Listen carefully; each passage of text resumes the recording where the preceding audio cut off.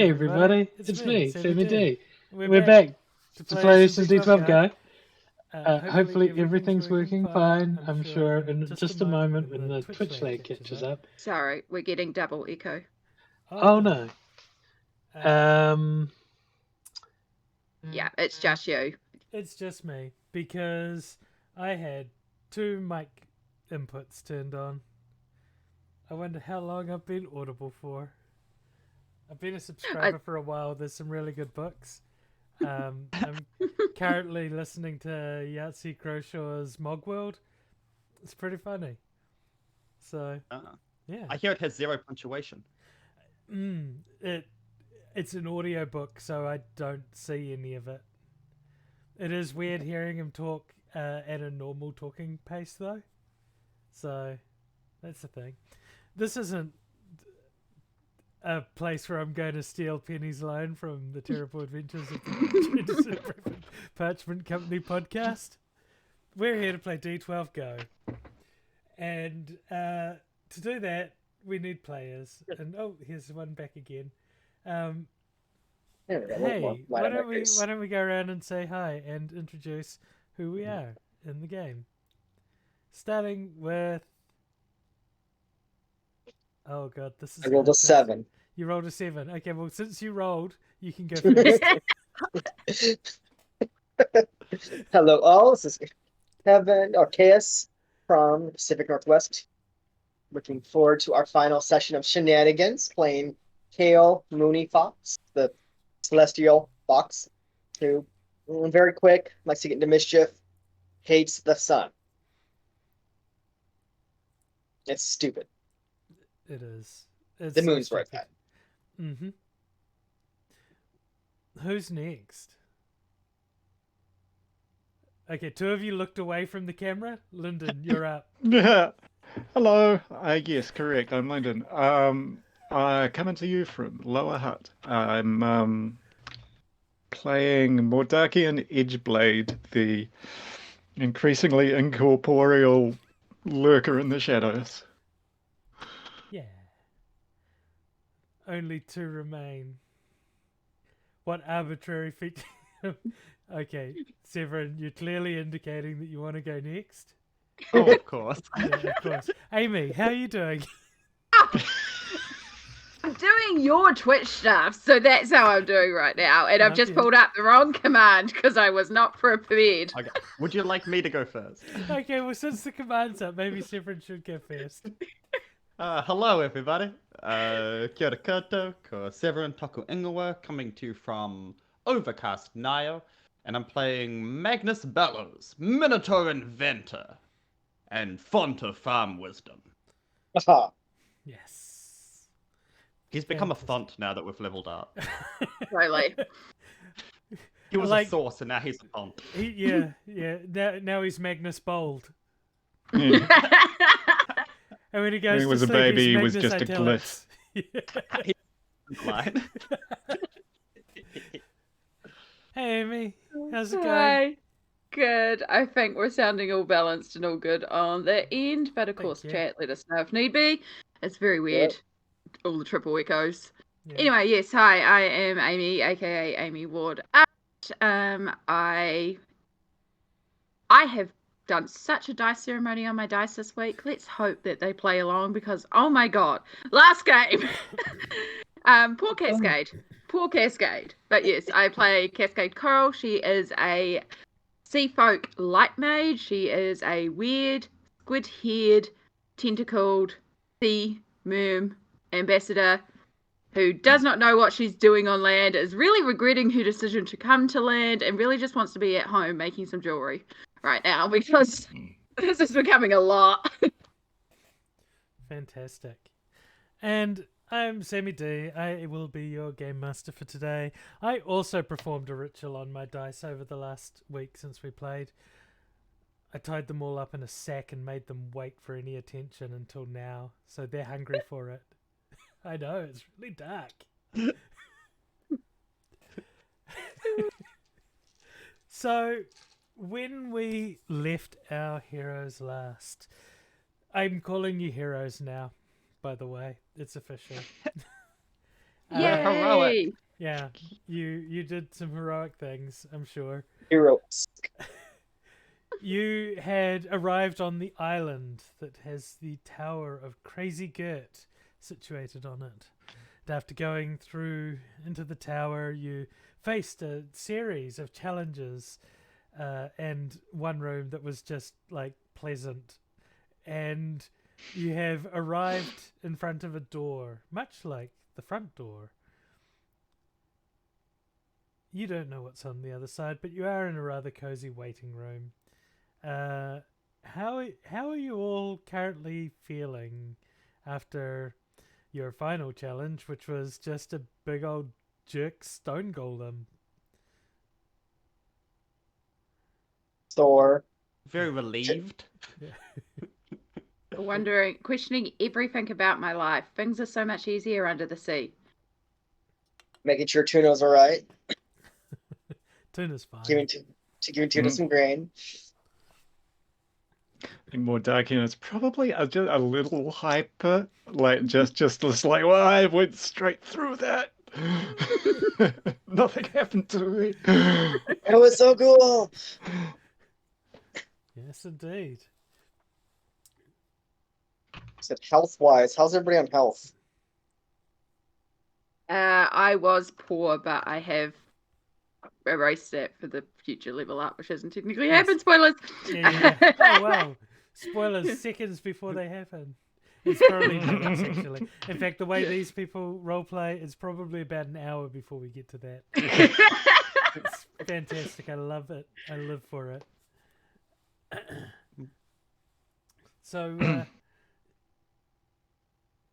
yes, there is a plane. Well, you're all relatively going to be okay soon. Don't worry. This is a role-playing part of the story. If this turns into combat, you gone real bad.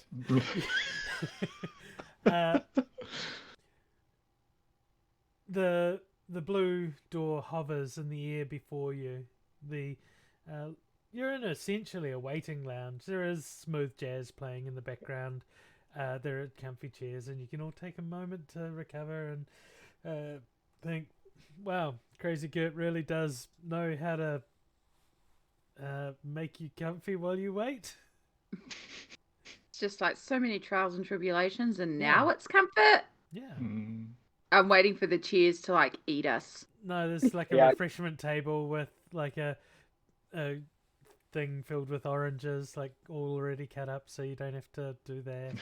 And, like, Can I poke one of the oranges suspiciously? Yeah, and there's like a couple of those things with tea and coffee in them, so that you can just like a big thermos. Yeah, it's basically like any catered event at a church. It's like one of those. They've just busted out all of the little things. You imagine Mordakian in a what do you call sort of matte black cloak and stuff with a little glints of faded back metal and so on. Just taking a bright orange slice and go. All the spiky teeth disappearing behind the orange skin stuck in there. Chomp. Oh goodness. Oh, Kale's gonna wander around, just looking, checking out this floating door, trying to get a sense of just anything else in this going on. Not trusting this environment. Yeah, it seems perfectly fine, but you don't trust it. You're pretty sure that the sun's been here before. The capital S sun, UN. That's about right. Yeah. The place seems fine. It legitimately seems like just a little waiting lounge. Is the door floating like just in midair? Can we walk around it, or just like it's like on a wall? You can absolutely walk around it. It's Kale wants to walk around it. Yeah, you circumnavigate the door. It's blue on both sides. Yeah. It has a door handle on both sides. Kale's gonna knock. Just You knock on the door. It your knocking echoes in the chamber a little bit. You don't hear anything initially, and then you hear sort of a little bit of a clatter on the other side. Cal's gonna step back to the rest of the group. Yeah. Looking around like, positions, everybody. I pick up an orange slice, pass it to Tuna, and let Tuna have a little snack. And then I go and stand near the door, and I will knock again and be like, "We're here to talk to you." Okay, but I've just shut down for a moment while I think of a chicken with orange skin peel teeth. Like, it just... Just like, Yeah, you just see? put like it on the ground and just do. No, I thought of it quite Chickens do differently. have teeth. Yeah, like, just, it takes the whole thing and ends up with the... The orange. Yeah, my brain went somewhere interesting. You knock on the door, and again, the knocks echo throughout the chamber. All right, I'm coming. And the door swings open inwards, which is odd because all of a sudden there's now a door frame around the gap. My, you all seem quite determined to enter my tower.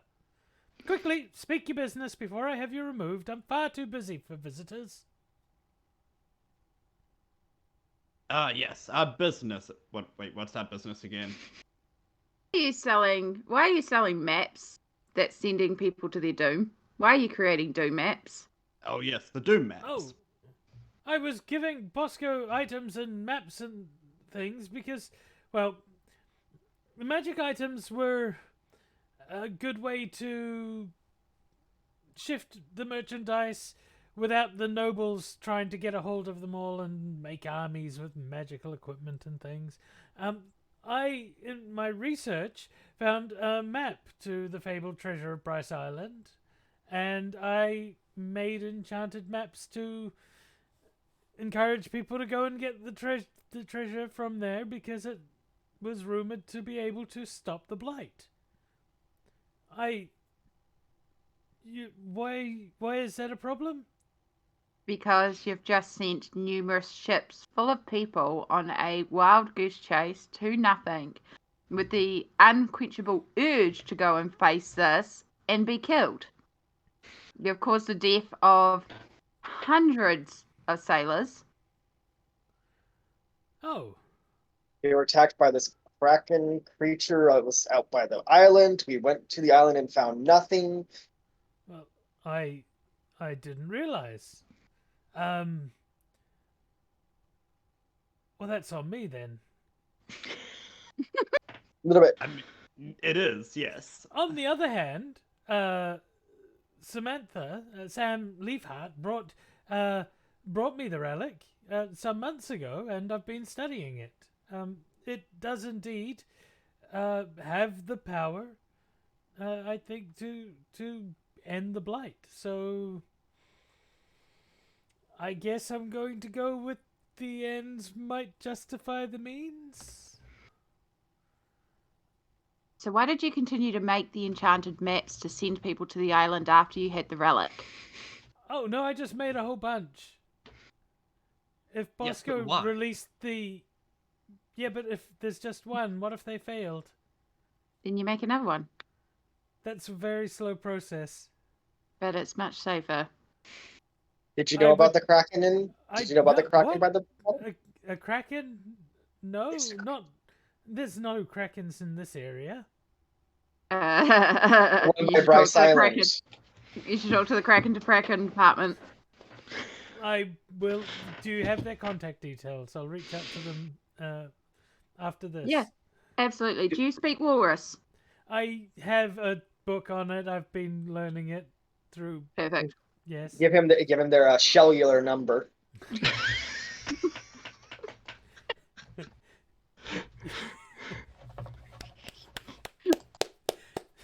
Well done. I'll try to put that in my head as soon as you said I'm going to contact them.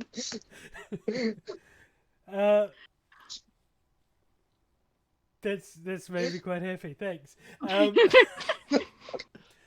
Well, look, I'm nearly finished my studies, and then we'll know exactly what we're dealing with or what this thing can do. I will contact the Kraken department. I mean, is the Kraken still there? I mean, None that of it's the one. one we killed.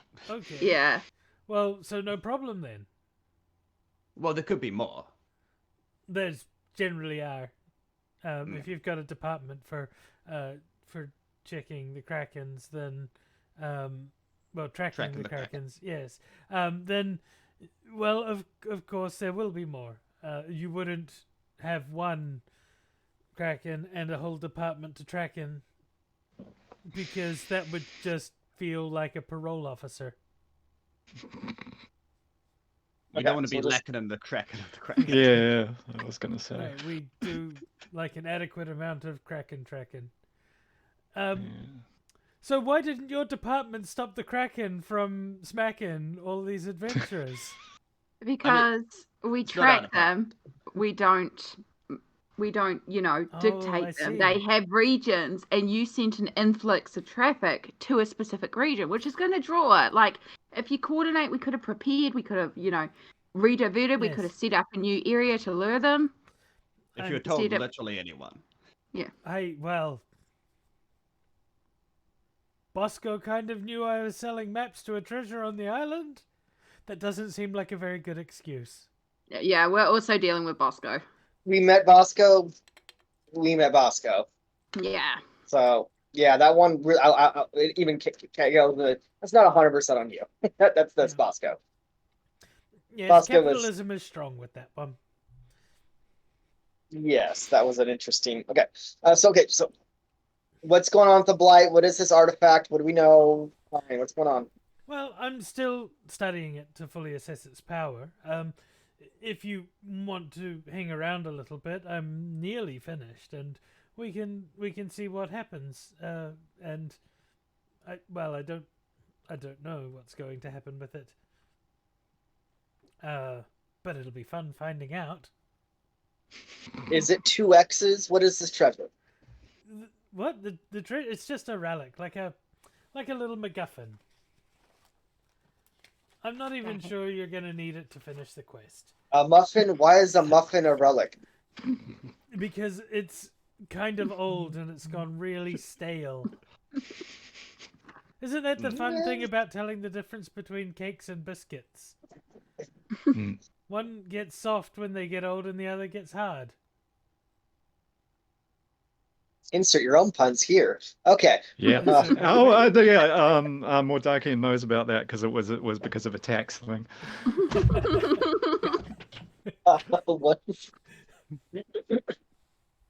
Sure. Well, do you need any help with your research or finishing this project? Do we need to speed this up? Well, I kind of tend to work alone on things. Probably why so many people suffered at the hands of my maps. Maybe you could hang around and I'll just ramble incoherently for the next little while I finish my research. Otherwise, you could go and busy yourself in town or whatever. It took a lot of effort to get up here. Oh, yeah.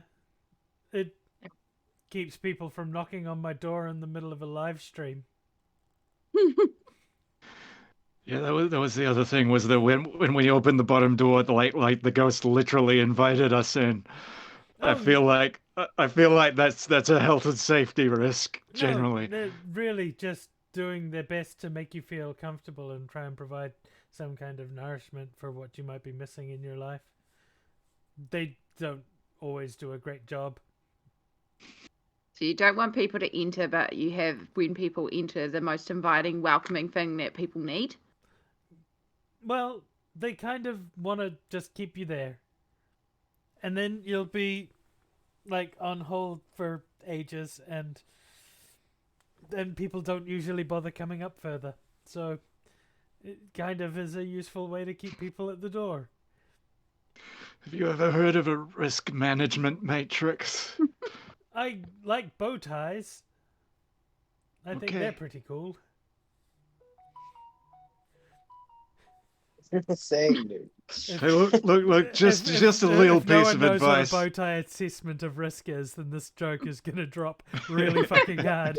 I thought he was just being a weirdo. Yeah. I have no clue, but also Cascade would have no clue, so that's Exactly. fine. I'm not going to explain bow tie assessments of risk to you. This is not a risk assessment podcast. I thought it was like a very like surrealist joke. It's like, Uh, have you heard of a I risk would like to management? ask her to bring out some whiteboards and discuss in detail what a bow tie risk assessment is. Give us the lecture. That's just a 30-minute spiel, just a 30-minute slip. And as the conversation slips basics. into risk assessment and management and all sorts of concepts, it eventually drifts back into research on the relic. And over the next while, it's a good day or so, and Gert turns out to be rather accommodating. He feeds you all and finds places for you to sleep that are to your liking.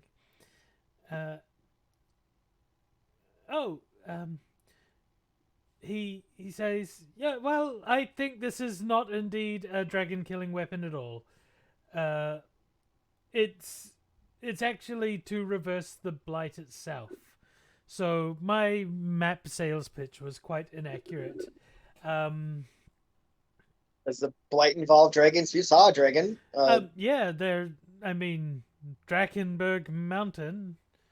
It's a little bit on the nose.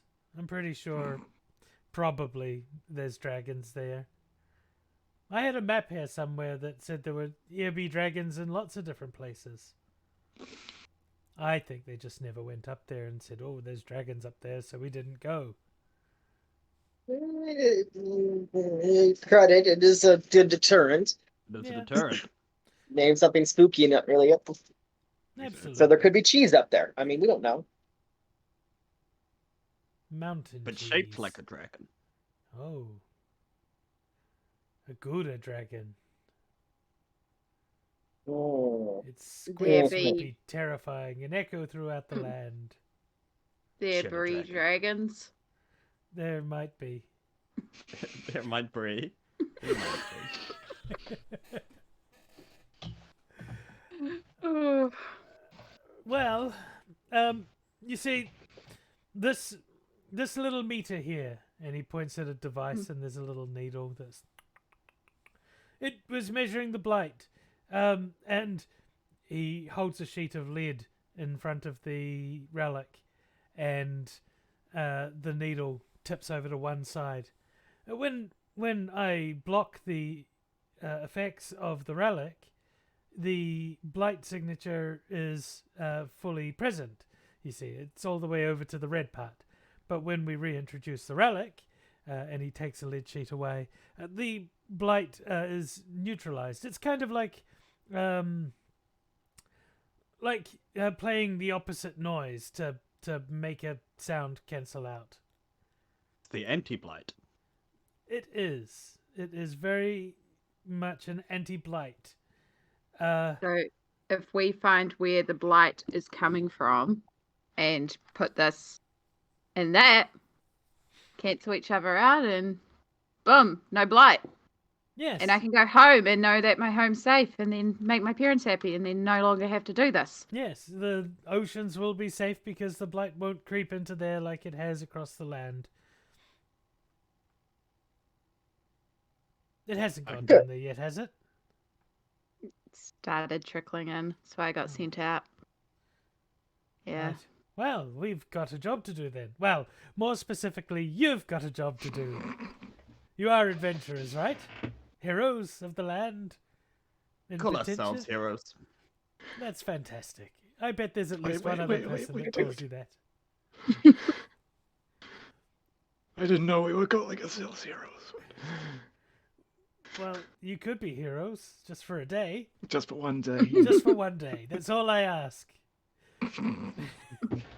Hale's already working on a title, like 20-word title, Like- hero of the moon, of the just something, just trying to come up with different. I am going to point out that the one day that you have to be heroes might not be for a couple days' time.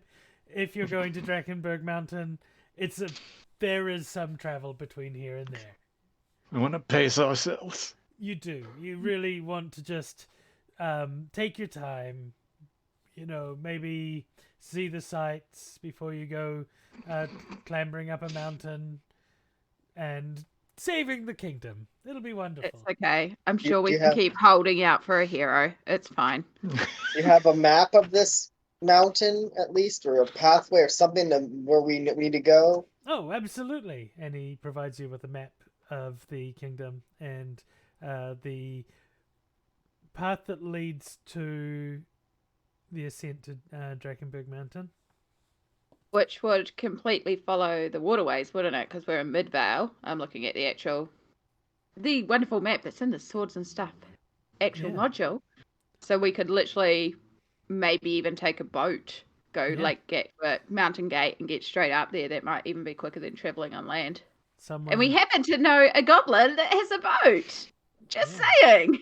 Did you get your pal, maybe Lockheed, also maybe push us through, speed it up a bit?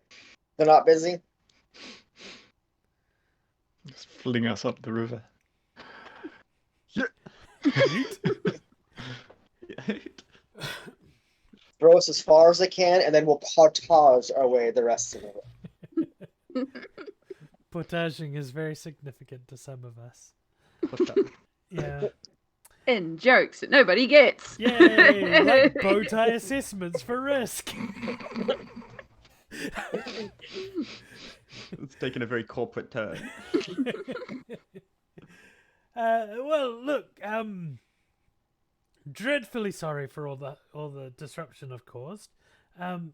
I could perhaps offer you, since I can't offer you advice on how to deal with whatever you're going to face when you go there, and I have just kind of press-ganged you into being the heroes of the kingdom that I certainly am not leaving my tower to be. It's hard enough going to deliver the merchandise to Bosco. But at least it's underground, so that's nice. But anyway, I could perhaps give you some items, or maybe enchant something for you before you go. Well, it would be beneficial to help us finish up the quest. Well, yeah, sure. I could I can enhance weapons or armor. I could teach you some rudimentary magic in the time that we have available. Although some of you seem to have some kind of magic in you already. Some of you seem to have picked up some kind of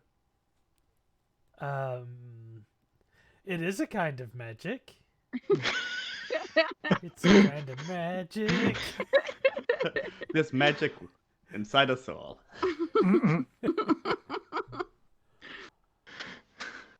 The power of friendship will clear this blight. Maybe if you roll high enough on your bond. But I wouldn't trust it. Or I'm sure I've got some more items from my next stock delivery for Bosco lying around if you wanted to see what's in there. I mean, I don't have a weapon, I don't have armor, and I already do magic, so I'm good. Nothing? I mean... You could do more magic. What's more magical than my magic? You don't... Fair point. You don't have a weapon? How do you defend yourself? I just put up a water shield in front of me. Okay, but how long can you do that for? I move the water shield over his face. I trap him in a water bubble. This seems aggressive. He goes like this and pulls a straw out and sticks it on the outside of the bubble. And I solidify the bubble. There is a glowing from inside as Gert starts to force back with his magic, Are you about to turn this into combat? Roll up. Oh my god. Kale's gonna go find a cup of tea to watch this.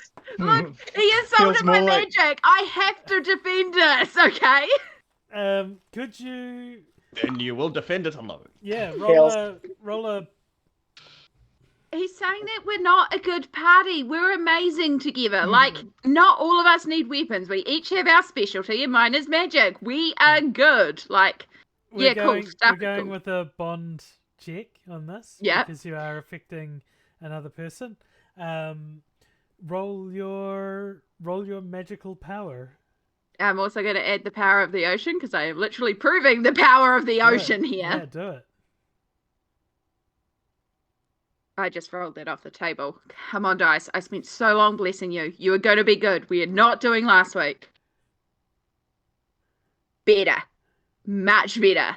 It worked. So I rolled a 9. Yeah. And I get a +10 to this now. Nice. That is Big level. slightly better than Yes! Good. Gert's attempt. You feel Gert's not inconsiderable power pushing against the weight of the ocean. At one point, he sort of stops forcing his magic against your shield, and he puts a little satisfied smile on his face, and he nods in a way that absolutely says, "It'll do. You're worthy." I will pull the water back. Yeah, Kale's full on up list. We'll ask Gert anything to enhance ranging type abilities, a better, stronger rope, boots, something will help us on the mountain. Well, I mean, there's bound to be something in here. A Dragon Slayer amulet that lets us kill all dragons we come across. I mean, what kind of... Then I wouldn't have needed to send people to the island for the treasure that was going to slay a dragon. I'm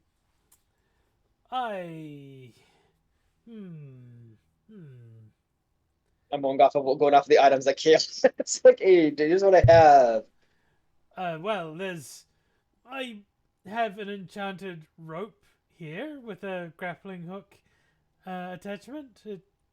It gives a bit of magic to help place the hook where you need it. It's also very clever. You can give it a bit of a shake and it unties at the other end.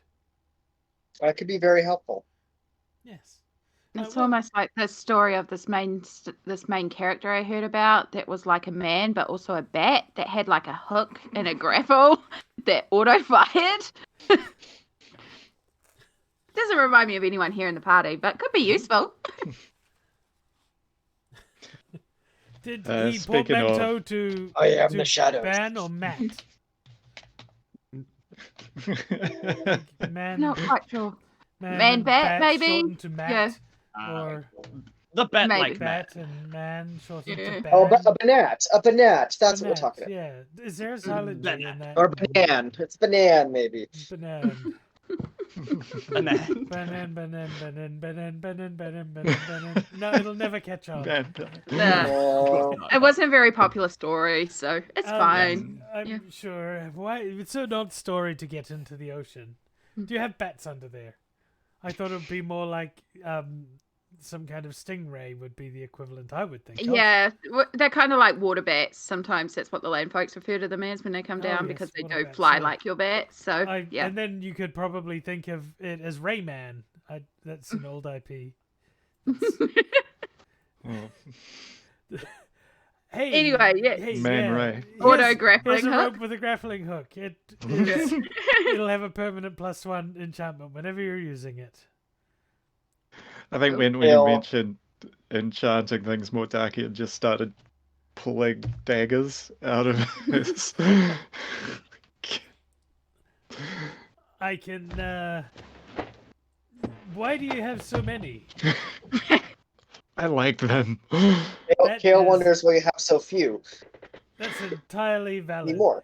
How about and he goes and rummages around in a drawer, pulls out a little gem, and he grabs onto one of the daggers, and he sort of shoves this gem unceremoniously onto the end of it, onto the pommel. It's like, and at some point it's sort of not sticking, and he scoops out a little bit of earwax and tacks it on, and gives it a little rub. There you go. That's got it. It's stuck on there now. This one will it's permanently enchanted. It should stay sharp and very sharp. So be very careful. Also, if you push this little facet here, you can give it a word to make the dagger come back to you if you happen to lose it. Ooh. Yes, very handy. I put it on all of my things that I lose, like my keys and my wallet and my glasses. It's so useful. Do you have anything to improve my hammer, Petunia? Oh, yeah, I can do the same if you want.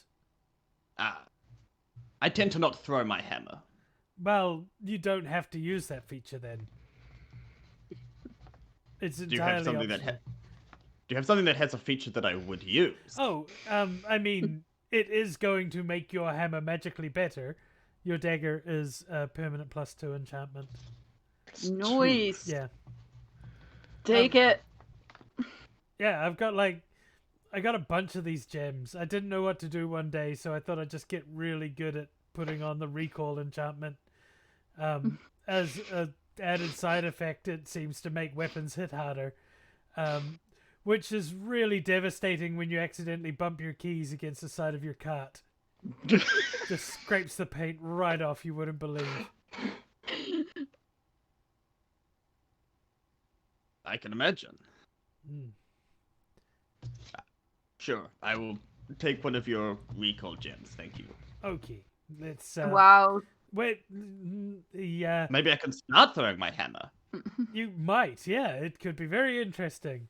You could, Heard a separate story about a guy who could throw a hammer. Was he friends with the man who is a bat? I think it was a separate... A separate universe, but sometimes people like cross the stories over. Oh yeah, hammer dude. Yeah, if you and he takes the hammer and he like shoves a gem into it. It's actually on the striking face, which you think is rather odd, but now be careful. If you hit anyone with this, they're going to be very sore. Oh, bit of a lisp. Sorry, they're going to be very sore. Yes. Oh gosh. Finally, we'll introduce Tuna, just to introduce Tuna. Yeah, Tuna always has to be introduced. I was going to say, I do have one thing. Do you have a gem or magic that would allow me to speak chicken? Oh, probably. Is this wee young thing part of your adventuring party? It's the most important part of our adventuring party, I would argue. This is our leader. Your leader. Oh, what's your name? Little thing. It's our leader. Beep, beep, beep, beep. This is our boss. Really? And they call you Tuna? Interesting. Is there anything you would like, Tuna? Beep, beep, beep. Really? Beep. Are you sure? Okay. And he goes and gets it's like a seed out of a pouch in a drawer on the top of a alchemist's desk, and he brings it over. Just eat one of these a day for 3 days, okay? Peep. And he hands the pouch to Tuna. So what are you? What is Tuna? Oh. Just give Tuna little pats. Chicken meds. Tuna made a request, and since I'm helping you all and they're your leader, I decided to grant their request. And their request, can we know? I don't speak chicken yet. This is why I want to learn. Yes. Apparently chickens are the animal of the land people, so I must learn. Do you want them to know? Oh, no, they don't want you to know. It's okay. I guess we'll find out in 3 days, little tuna. Yeah, well, 3 days is the treatment cycle, and then there's a gestation period.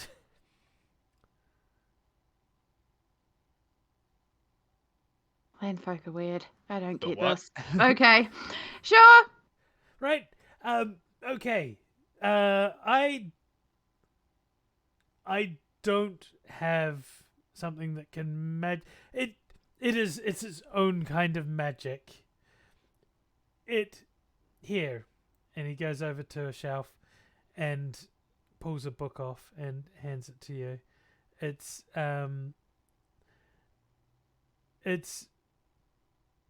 Basic Peeps for Basic Peeps is the name on the book. Can we Teach take a yourself peep at it? chicken in just 30 days. Does it have the pit? Does it Does it have a what? picture of a green owl on it? Yes, it does now. This is how I learned it. It's a very good book. There's some wonderful undertones, and there's a part in it where it's written more like a sort of a futuristic sort of adventure about a young chicken striking out in the world. You might want Is it some. the same series that is teaching you Walrus? Yeah, actually, I got a subscription to it. Okay. Let me hear your Walrus. No, I'm too shy at the moment. Maybe if you started the conversation, I would join in. I'm still Just learning. close the book. It's fine. In my head, I'm just like, yeah, definitely not going to be a useful tool, and just put it like in our bag. Yeah. Very good. Well, I'm sorry I can't be magical on that part. Languages are hard. They really are. Yes. So, you wrote, okay, magic weapons, cool. You've got the power of knowledge and language. And, of course, Tuna, don't let this bite me in the backside. I'm already probably on thin ice with the map thing, so... Yeah, I was going to say that if you wanted to darkly brood on the evil consequences of your actions in your past, that would be pretty cool. Oh, I just disassociate like a healthy person. Oh. Yes. I won't even remember this conversation by the time you leave. Huh. That's really sad. Well, I mean, I'll remember it. It's just it won't be important to whatever I'm doing right now. Before they go, Kale would like to try to refill their water skin with like a nice mineral water or like a nice refreshing drink, just something to bring with them. Oh, yeah, for sure. Look, this... I decided that I shouldn't really produce these in any mass sort of way because I'm not sure where the food comes from. But it is perfectly safe, I can guarantee you. And he goes over and he pulls out a basket. It's like just a classic picnic basket, sort of a wicker basket with a... this will just make food. I'm sure you look like you have the land about you, Magnus. You can probably see that it would be bad for farmers if these were produced in any kind of quantity. I really don't know where the food comes from either, so... Like, there's magic, and then there's, I guess, consequences is the opposite of that. Did food always appear here? Yep, Kale is happily take it and is set. Well, I mean, once I put the enchantments on the basket, food turned up in there. But I'm not sure if it just is created out of leftover particles in the universe, or if every time I reach into it, I take something from someone else's picnic basket. it's entirely possible that it is one of those two options. I'm hoping it's the first one. You're already on thin ice with the map thing. Yeah, but stealing half a sandwich, I mean, that's hardly comparable to the map thing. It's someone's only Wait. sandwich. You eat half a sandwich. I get busy and distracted. Okay, that's probably weird. Yeah. And sometimes the bread's a bit stale and I don't like it. Does the food ever disappear back? Well, I make it disappear. I think I have to say Comes back a few hours later. It's just not food anymore. Tyler went after Rogan while I was watching him. Same spot. So I was just trying to use my computer real quick. Your mic is still on. He's in his cage. Maybe. It's still good. You're good. Nope. It's the person whose picnic we stole from. No. He's back. Okay. We're having puppy troubles. Oh, no. Sorry. Or the puppy's doing things. We're about 6 minutes away from a dare break. But if you needed to go and do something, we could take an early break. No, we're good to the. Then I'll go back down. Break. Fantastic. Is there anything else that we need at this tower? Should we get going? Well, I think we're good. Also, yeah, before we go out, all I've got is more unhinged conversation. So hey, that blight meter, does that like calibrate, or is it like just always at extreme now? well, I mean, I have a little bit of blighted material in the box behind it. So We are taking the thingy that. Oh yes, Blight absolutely. takes out the blight. Yeah. Yes. Yeah. It's good you remembered. It would be Yeah. terrible to have got there and not taken it. We're taking that no matter what. Yes. I was just thinking like we could like triangulate the blightiest bit with a little meter. I mean, I've got it's little samples from my homeland as well, so just look, come out here onto the balcony, and you're led out through a door that you couldn't see before onto a balcony that you're pretty sure wasn't there when you were standing outside, and you look out towards Drakkenberg Mountain. It's evening now, and the green glowing light is radiating from the peak of the mountain. I'm pretty sure the blightiest spot in the land will be there. I have a hunch. Okay, yeah, cool. Yeah. We're off to old blighty. Yeah, just go find that green patch and see how it goes. The map said there'd be dragons, so watch out for that. Yeah. When you're ready to go, I'll make sure the door and he for the first time reaches out and offers to shake your hand, and if you choose to accept, he will shake your hand and say, "You're welcome back to my tower." That will make the door work the normal way. Okay, we'll shake their hand out of it's still the polite thing to do. So yes, you're You welcome. don't leave someone hanging. Yes. And so now if you ever do come back, you can just come straight up. You don't have to deal with all that interference at the bottom. Some of it was entertaining. Some was very lovely. It was fun. Did you stop for a relax in the little garden room? That's one of my Short while. favorites. We were kind of in a hurry and also quite paranoid by That's that a point. shame. I worked really hard on that room. maybe if that room had been like later on or like first, been a little bit more incited, but where it came, we just weren't really in the need for it. Oh, Is that where we got attacked by boars? No, we were attacked by boars afterwards, I believe. Yeah, I don't like that room. Maybe I'll shuffle the rooms around a bit and see if the order's better. Maybe randomize it. There are like 12 rooms in total. Just some A/B testing. Yeah, there could be just all sorts of maybe. That sounds very people-y. I don't think I'm going to do that. I think I'll just leave it on shuffle. Right. Yeah, I think overall, yeah, I think we're good. Fantastic. We got what we needed. The help was lovely.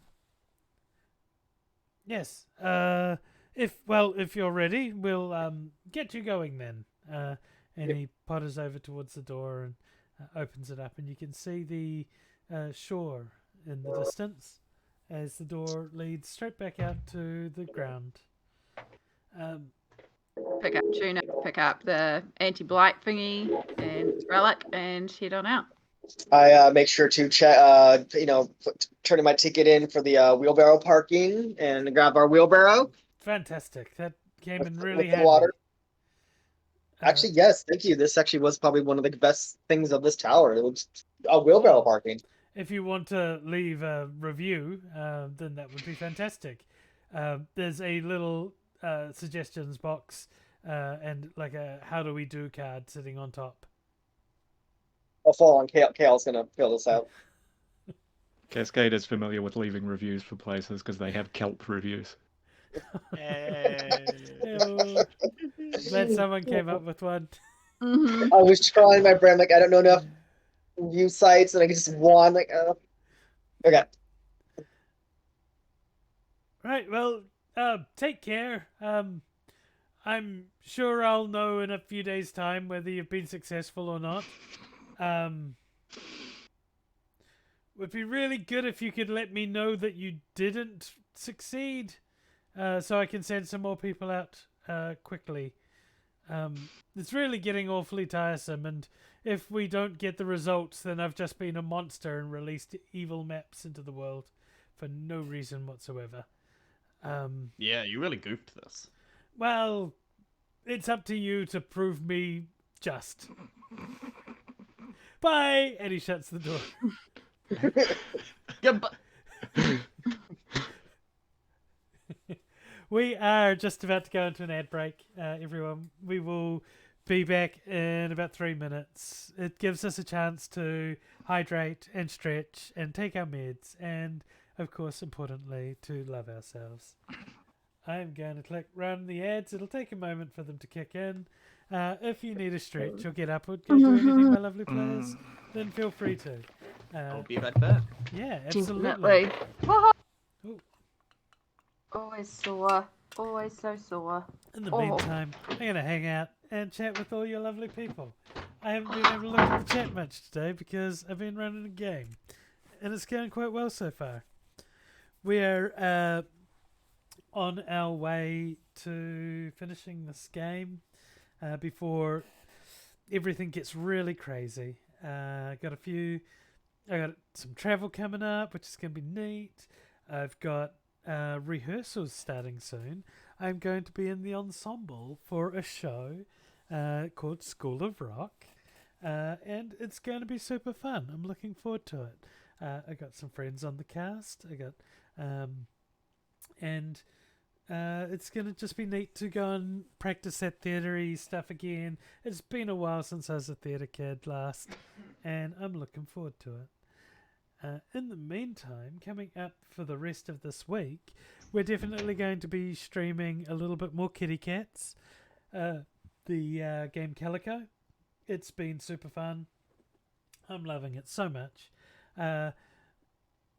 We cleared the mountain last time, and I'm going to go have a look at that.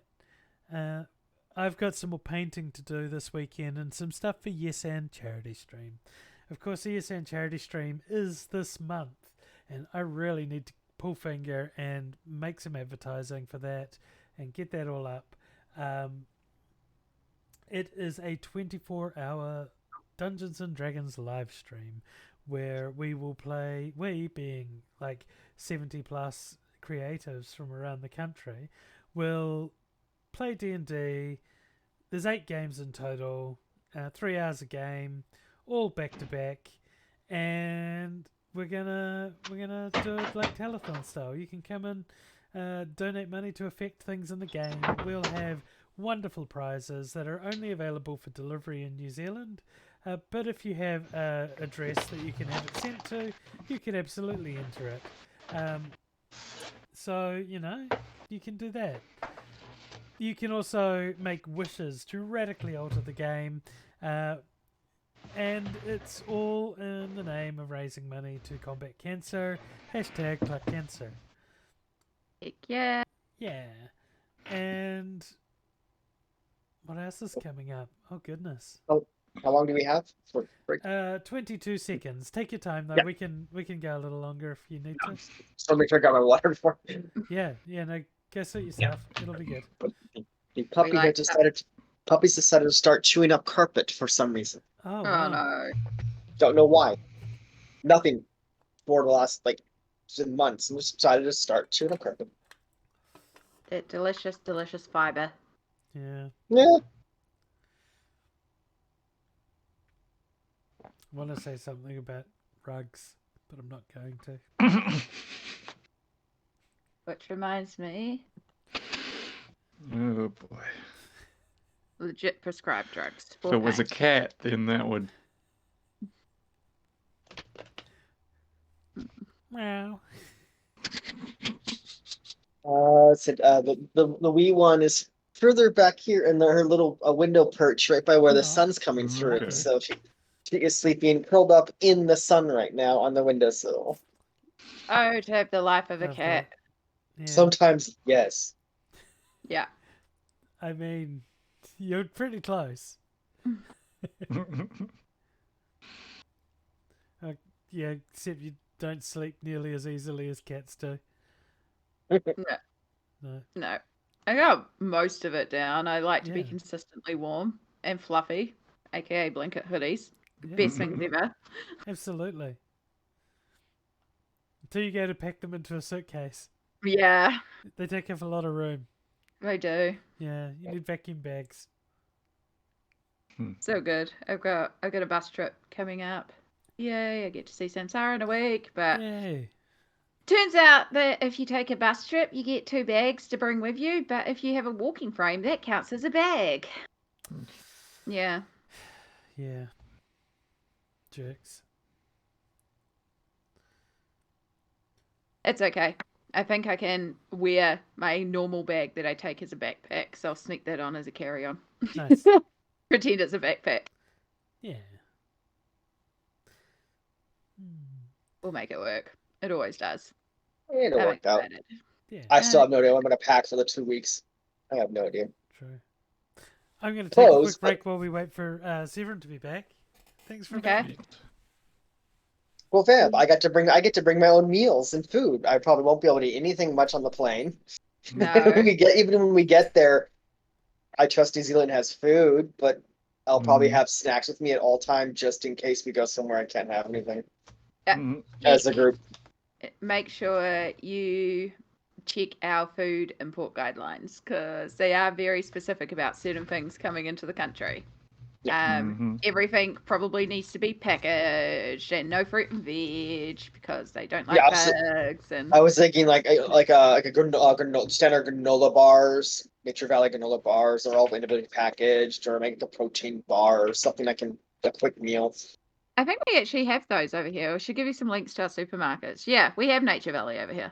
We're definitely for the 2 weeks. Yeah, we definitely have one or two shopping, and I'm just planning ahead for the flight, and then when I get down there, we have meals wherever we go. Once we're in the school studies part of it, but wherever they go, I submitted my allergies, but it's still really hard to just focus on me when everyone else can probably eat anything. So yeah, I'll find the small meals and then just pack something as we go.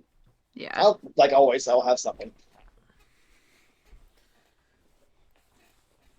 It does look like Tuna has eaten Severin, so we will. We are mysteriously down one. That's the one of the seeds, apparently. Who's the next two? every day is gonna eat a member of the party until Tuna is the party, and that's the next roleplay game. Sammy is just Tuna's terrible. That's right. Terrible, like I'm trying to think of like adventure, but beginning with T. Travels. Yeah, Tuna's terrible travels. There we go. That's a good name. It's got a good title. It does, yeah. Every story needs a good title. Sounds a little fishy.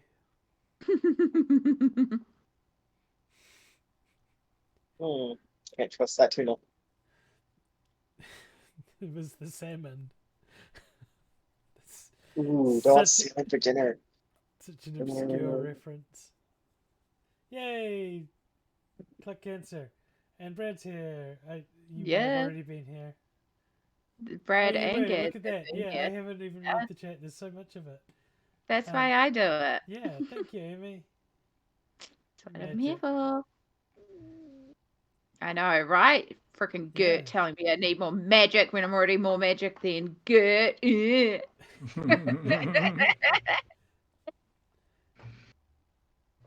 delay. I still haven't watched any of them. The live, still read the YouTube ones. Part of me is a little bit. It's I'm not used to watching myself, so it's really weird. That initial. Good.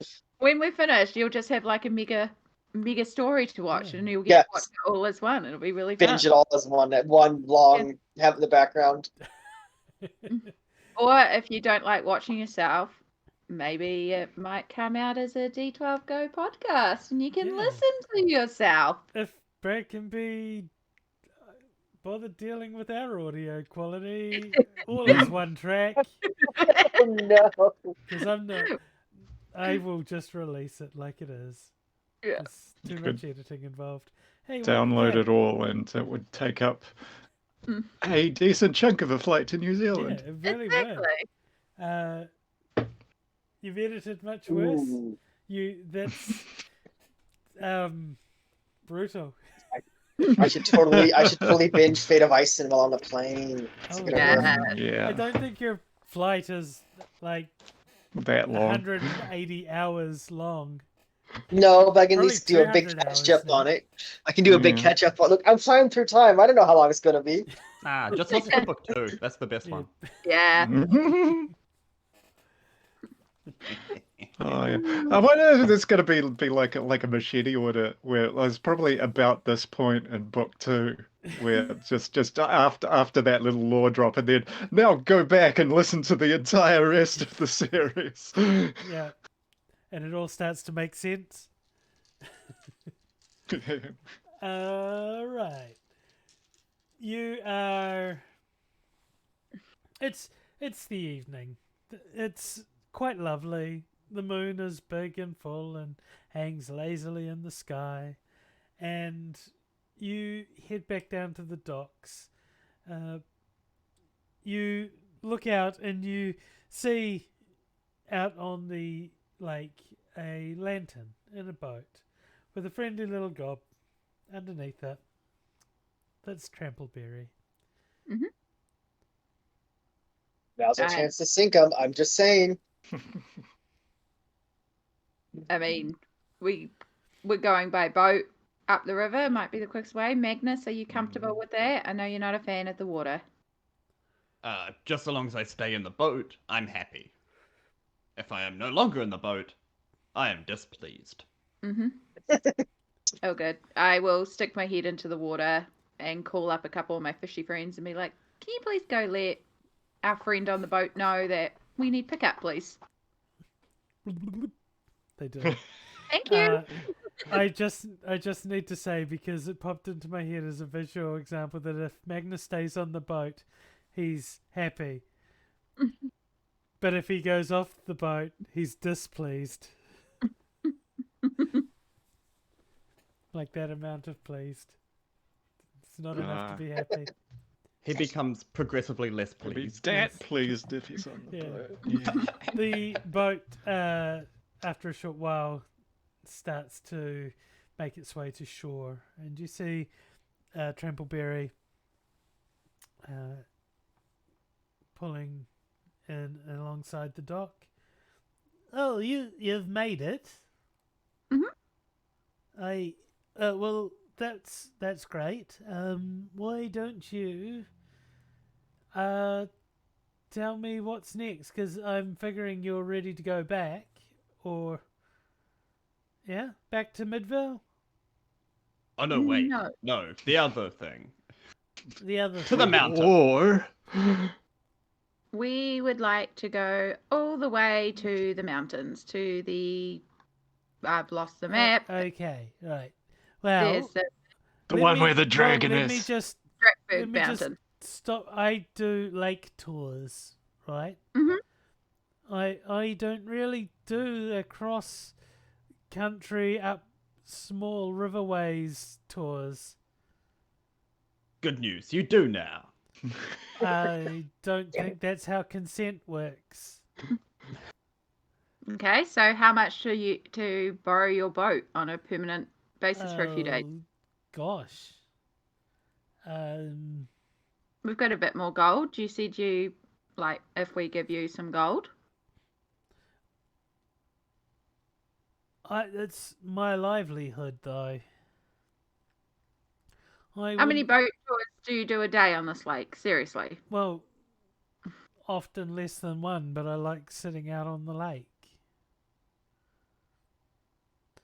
I could drop you on the other side of the lake. I don't have a map. I don't know where that will be even.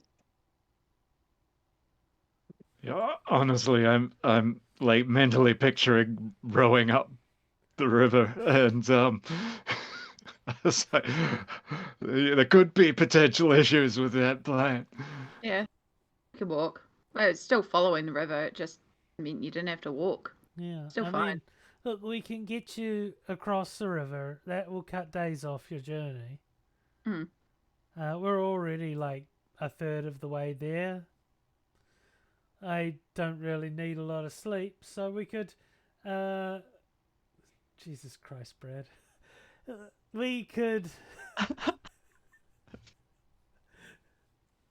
We could get Nope, you over the not other engaging. side. I have you there by morning. I can stay with my aunt over there. And then I can row back later on the next day. She'll be happy to see me. Sounds like I'm a plan. sure. Yeah, Yeah. I'll take it. It's better than nothing. It is, because that's what you'll get otherwise. Now get in. We're going over the other side of the lake. And you start off on your journey towards the mountain and the green glowing light. The moon cycles above the sky slowly, and not long before dawn's first light, you see the far shore of the lake appear into view, and you hear the sound of water being disturbed, and you see the head of an enormous serpent cresting through the lake. Maggie! Oh, hey, how's it going? Carrying on. How have you been? I've been hearing all about the politics and the drama going on in this lake. Oh my god, I'm so sick of it. Yeah, Yeah. it's sounding like a lot. Do you need some more clinical support? Do you need me to send a few more administrators up the river? That might be handy. We could do with a few more administrators. If nothing else, they will put a little bit more red tape to get through so that I can at least take a day off. Yeah. Yes. It's inter-school rivalry. It's just really petty. I'll go talk to I mean, I know we've got a couple of representatives from the lakes and the lake and fisheries departments that I can go talk to at least to see if we can at least define the areas a bit more. Maybe we can put, like a bit more like you're here, you're here, you're here. I don't know. I also kind of want to talk to you about the land quotas, and not today because I feel like we probably need to go and get fishery quotas team in as well. But I feel like maybe we need to talk about the population control here. It's not quite. Don't have the resources for proper.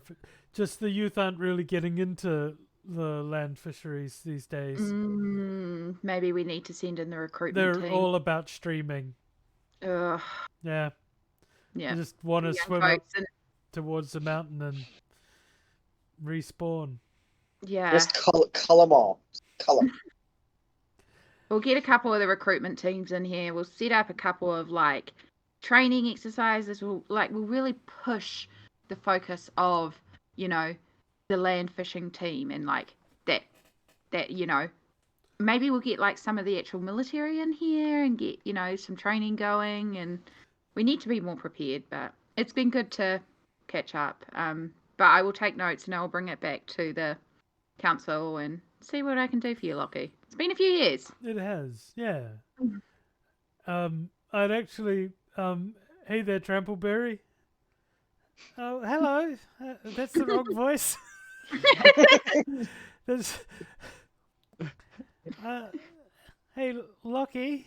What? Oh, fuck this. This is terrible. They have a short discussion as the boat is rowed into the dock.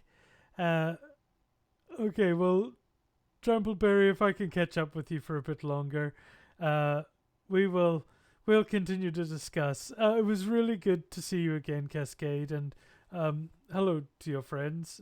Sorry, I was Hello. Business and all. I understand.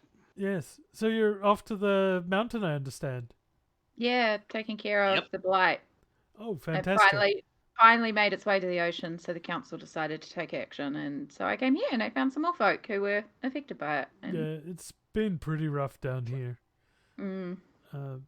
We've had to start importing more kelp and vegetation. It's part of the problems. The schools are, you know, arguing that the prepared lunches are not suitable for kids, and some of the other places that haven't been hit by the blight yet are better off, and they're not sharing. Yeah. It's just terrible. Yeah, I mean, I did try to argue that, you know, you can't really make judgment calls about the lakes if you haven't been to the lakes. And then they're like, well, you need to go to the lake cascade. And I'm like, but I've never been on like land missions before. And they're like, no, it's time. Yes, well, you seem to be in good health. Oh, I can't know how it works. I can't go on land. That would work out poorly for me. I mean, you know how the ocean politics work. Oh, yes. But anyway. Yes. Yeah. No, I understand that. Yeah. That's why I'm in the lake, because that noise. Oof. Okay, I've got a lot to do. I'll catch you later. Yeah, we do too.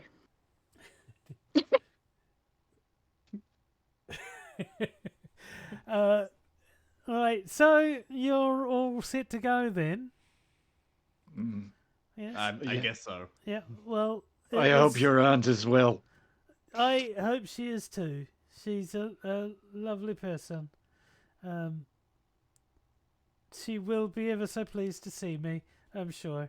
I just got to find the chicken prince here somewhere, and they will lead me to her cottage. Right. Well, the way you want is that path over there with I probably won't be over the side of the river when you get back, so I'll see you in Midvale if you can be bothered, really. Bye, Trumpleberry. Yeah. Bye, Kale. Have fun.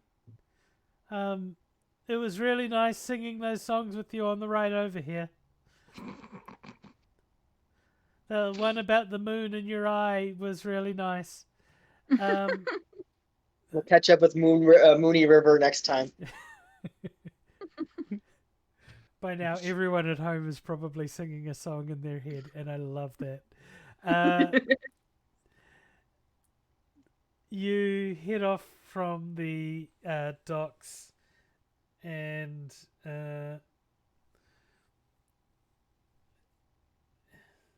you start your travel across land. You're following the river up towards the mountain, and it's relatively easy going. The first parts of the land being sort of cultivated. You do get tired and have a nap throughout the middle of the day because you have been awake for a significant amount of time, and you weren't able to catch as much sleep as you probably wanted on the boat ride over. You head further and further along, and you hear a voice in your head. You all should turn back. It is not safe. Why? It is not safe. I got call waiting. One moment, I got another voice to listen to. Could you leave your message? The line's busy. voice echoes one more time. It is not safe for you. Like, honestly, nothing I do is safe right now. You're all hearing this, right? Like, it's not just me. Oh, okay. Yeah. Yeah.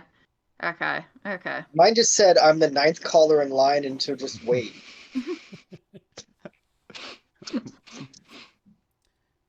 Oh You gosh. travel on. The day drifts by into night, and on dusk you walk by a large open field, a clearing in amongst the wild, and you see dozens of rabbits happily hopping about. You travel on, the mountain looming ever closer. You see on the road ahead a figure standing there in the middle of the road, clad in armor.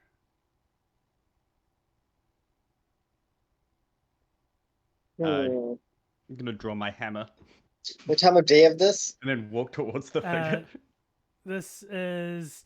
You've sort of got your sleeping patterns back to relatively normal for adventurers. It is the 3rd day of travel since the boat. You're probably going to arrive at the mountain today. Is it midday, night, dusk, early? We're getting close to midday. Yeah. Can't be hiding stupid midday.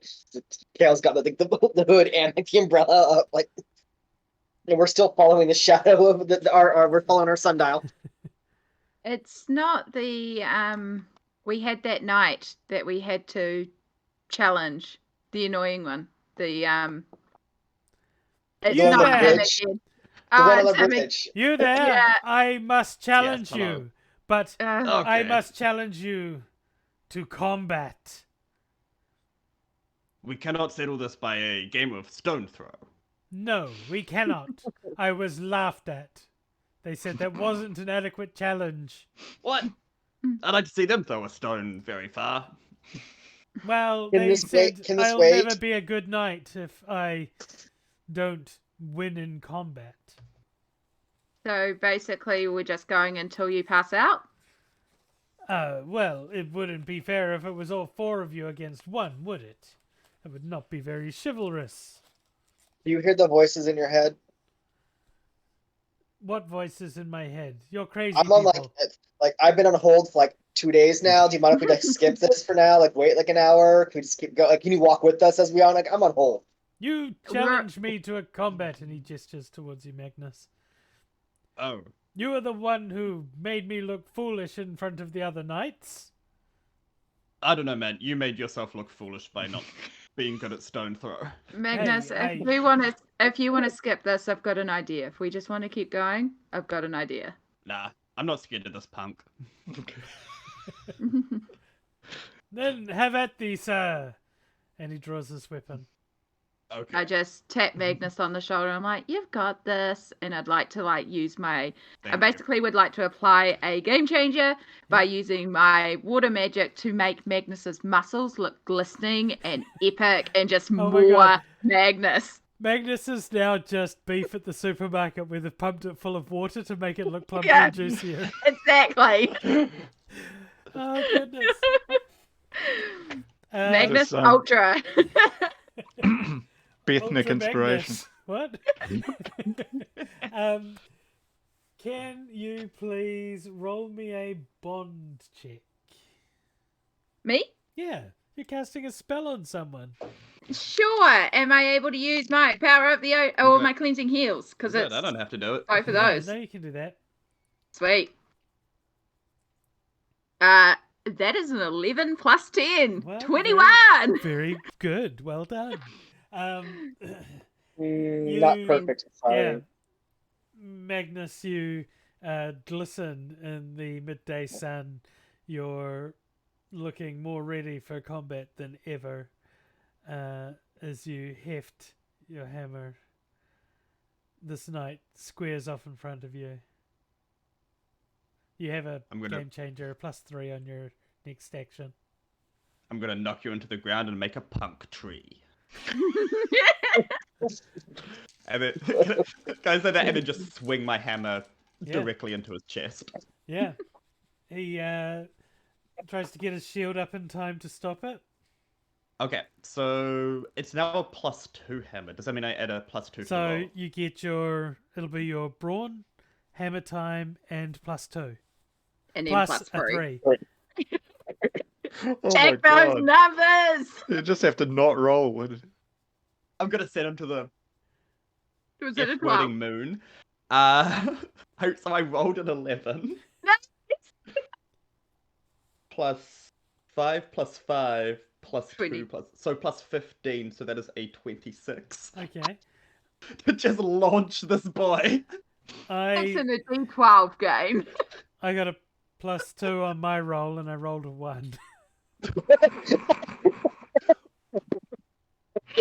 Literally get hammered into the ground like a tree, and now it's just his head above the ground. Like a tent peg. Yeah. Yeah, you just tent peg this guy. I hope you got consent before pegging him. Hey.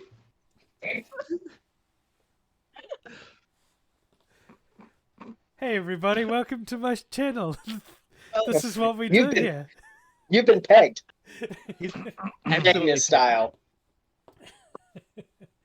Where's the By a beef? bull. Yeah,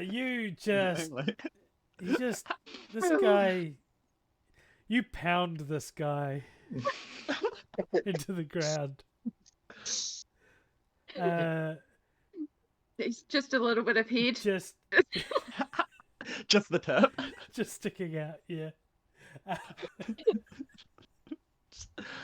Okay, we got to stop that before we have to turn on the sexual themes filter. All perfectly innocent. Yeah, just such an immediate knockout. You watch as this. I mean, would you have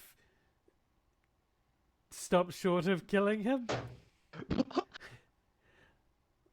Oh, I would have done non-lethal damage. Yeah. I just kind of like want to knock him. Just teach him a lesson? Yeah. Yeah. Yeah, so you Just rough get him him out up. of the way.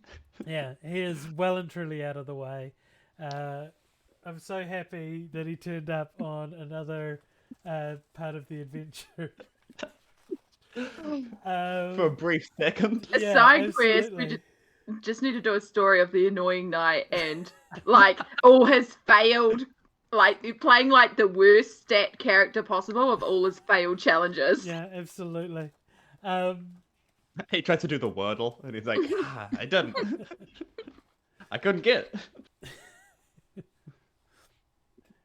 You carry on your journey, and sure enough, the afternoon rolls along pleasantly. There's no more interruptions as you arrive at the eerie, ruined city of Mountain Gate.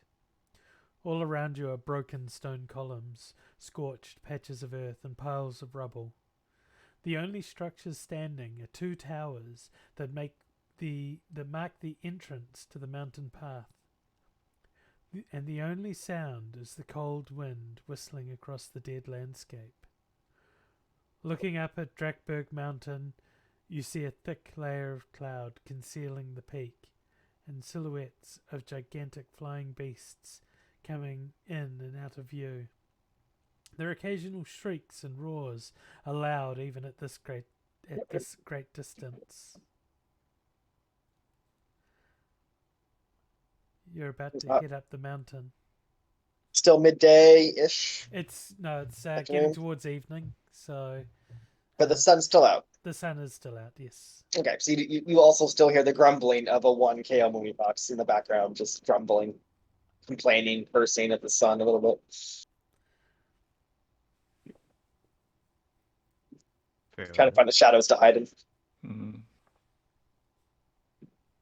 Do you want to wait until night? To the glorious, lovely night? I mean, it might be safer. It might be safer. Just saying, it might be safer.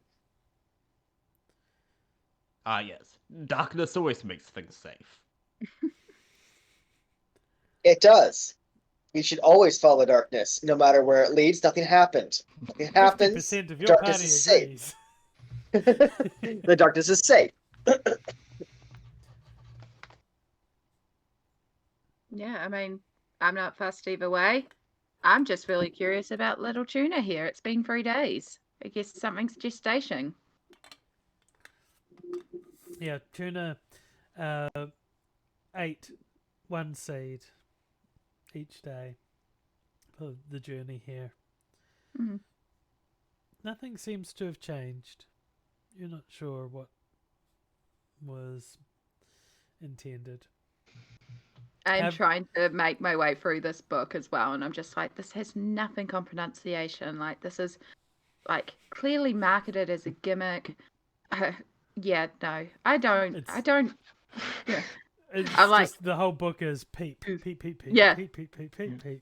That's interesting because it's a book. Yeah, Book. exactly. Like, looking at this, I'm like, this has not got any of the actual enunciations that the chickens say. I just, then I'll just put the book away. There is a lot about pulled out building a a coop. muffin. Kale's got a muffin for Tuna's just letting Tuna peck on a muffin right now. Instead of the picnic basket's got a muffin. Nice. That's great. So now you only understand written chicken. You can only read chicken. Yeah, I can read chicken, but you can't speak it. I'll find a way. I'll find a way to speak to the land animals and ensure the land animals are happy eventually. Yeah. Anyway. Shall we head up? Shall we wait until dusk fall? If it's not dusk fall already. Yeah, that's probably on the way. We still probably have a little bit of a stroll up the mountain in the meantime. We still have a bit of travel, so we might as well just keep on going. Yeah. Kale start doing some calisthenics, some stretching. Got to stretch before a hike. Self-care, everybody. Don't want to pull a muscle while you're up there. Leads the group. Dagian's all right because he's just been like darting back and forth from the from behind one ruined column to a bit of shattered wall just on principle. Nice. I stick with the shadows. Wait, you can walk with the rest of... Okay. You begin walking towards the 2 towers that mark the mountain path. As you approach, you hear an echoey voice in your head. You are fools. Return to your pathetic mortal lives. The mountain is no place for your kind. No, make me. That's exclusionary and a little bit xenophobic. How rude. A woman appears between the 2 towers, blocking your path. She is hazy and shrouded in a strange purplish ethereal aura, as if she's not quite physically there. Regardless, her cold, dead eyes stare deep into all of your souls, one at a time. You wish me to make you? I mean, I don't wish. I will unmake you. Oh. I would say little man, but you are neither little nor a man. So I shall not deign to use that insult. Yeah, we could just walk around the pillars, people. We can just All You who can call walk me around Big the Beef. towers to get up the mountain are cursed. I don't make that rule. I was wondering because, like, you were issuing dark warnings, but I felt like some of that was just warnings about yourself, and that seems You would be be wary of me, although I see you have met one of my sisters. Our shadow No, he friend. didn't. No, he didn't. There's no proof of this. Show me the evidence. Pure If allegations. the shadow fits, I mean, You must quit. The shadow is not fitting well, but in time, it will consume you. what's this curse like? Did he go through a committee? What happens here if I choose the curse I instead of trying to don't go know. through these pillars? Like I said, I didn't make the rules. They just said you should go between the towers. It's better luck for your climb. You will be cursed if you don't. But I'm going to could stop buy you that. one way or the other. Why? Like, why stop us? We're just trying to help the land. Unless you like the blight. Did you cause the blight? I didn't cause it, but I don't care for it either. It's fine. It's just the blight. So why not let us through? If it's causing you a no inconvenience, the blight is hurting a number of people and creatures. So why not let us through to try and help and make things better? This world's got enough negativity as it is. Yes, but you are no match for the Dragon Queen and her children. But we can try. Yes, but I don't want to lose the spark that is my sister living in your friend over there. So rather than stopping us and hurting us, because if you stop our friend, you're going to be stopping us, which is going to just result in, a whole bunch of smashy, bangy, smashy magic. And then, we're going to be tired, you're going to be tired, you're probably going to be dead. And then we still have to go and face the Dragon I Queen. cannot Instead, be a you lot could of come magic. and help us, and we I could am all deal with the immortal. Dragon Queen. I am immortal and I am bored. Yeah. And really, the green light is a seed that will grow to be the demon overlord called Nemrizes. God, it's annoying demon names. Sounds like way too many Z's in there and like a Q that you don't even see. What is with the naming? Did you read that in a book? I Oh, mean, I it sounds like it's not demon pronunciation. I'm not rolling my R's for that, no. I'll roll my R's when I want to, not So- for a demon. You are wanting the blight to continue. You I'm are. just bored. I want to see this demon overlord and see what he's I up mean, to. if you're bored, you can go anywhere, right? You're immortal, you're corporeal or incorporeal. Go on a I holiday. can go send you to this wonderful, wonderful sea kraken called Jimbo, who just destroys things in the oceans. He's great fun. He's centuries upon centuries old, so you probably have a lot in common to talk about as well. He's lived around for years. Really? A kraken? Kraken. It's not hard to pick up Kraken, and he does know some basic common. I may be interested in that. Ask him about the time that he managed to swirl up the ocean so much that they thought that there was a thing called sea tornadoes. He managed to whip up the sea into a tornado and just start tormenting the land with it. It's actually kind of a hilarious story. I mean, it did knock out 6 villages, but it's kind of funny. Okay, now you kind of got my interest. I remember that. Can you roll me a bomb That was roll, Jimbo. please? Sure. Can I use Power of the Ocean because I'm talking about the power of the ocean? What else have you got? I mean, it's I'm using the power of the stories of the ocean. It's my knowledge of the ocean. My knowledge is power. We did say that before. Okay, well then I guess alternatively allow it and see how Yes! I feel afterwards. Like a motivational poster in a high school. Knowledge Yeah. is power. Exactly. Kale full on has a picnic set up for everyone else. We're just sitting there just sipping tea and munching. So I rolled an 8, so that'll be an 18. Oh, that's a stalemate against the witch. That's- It is an interesting concept that you have for me. Maybe I shall, maybe I shan't. Why should I let you pass? Why is this world worth saving?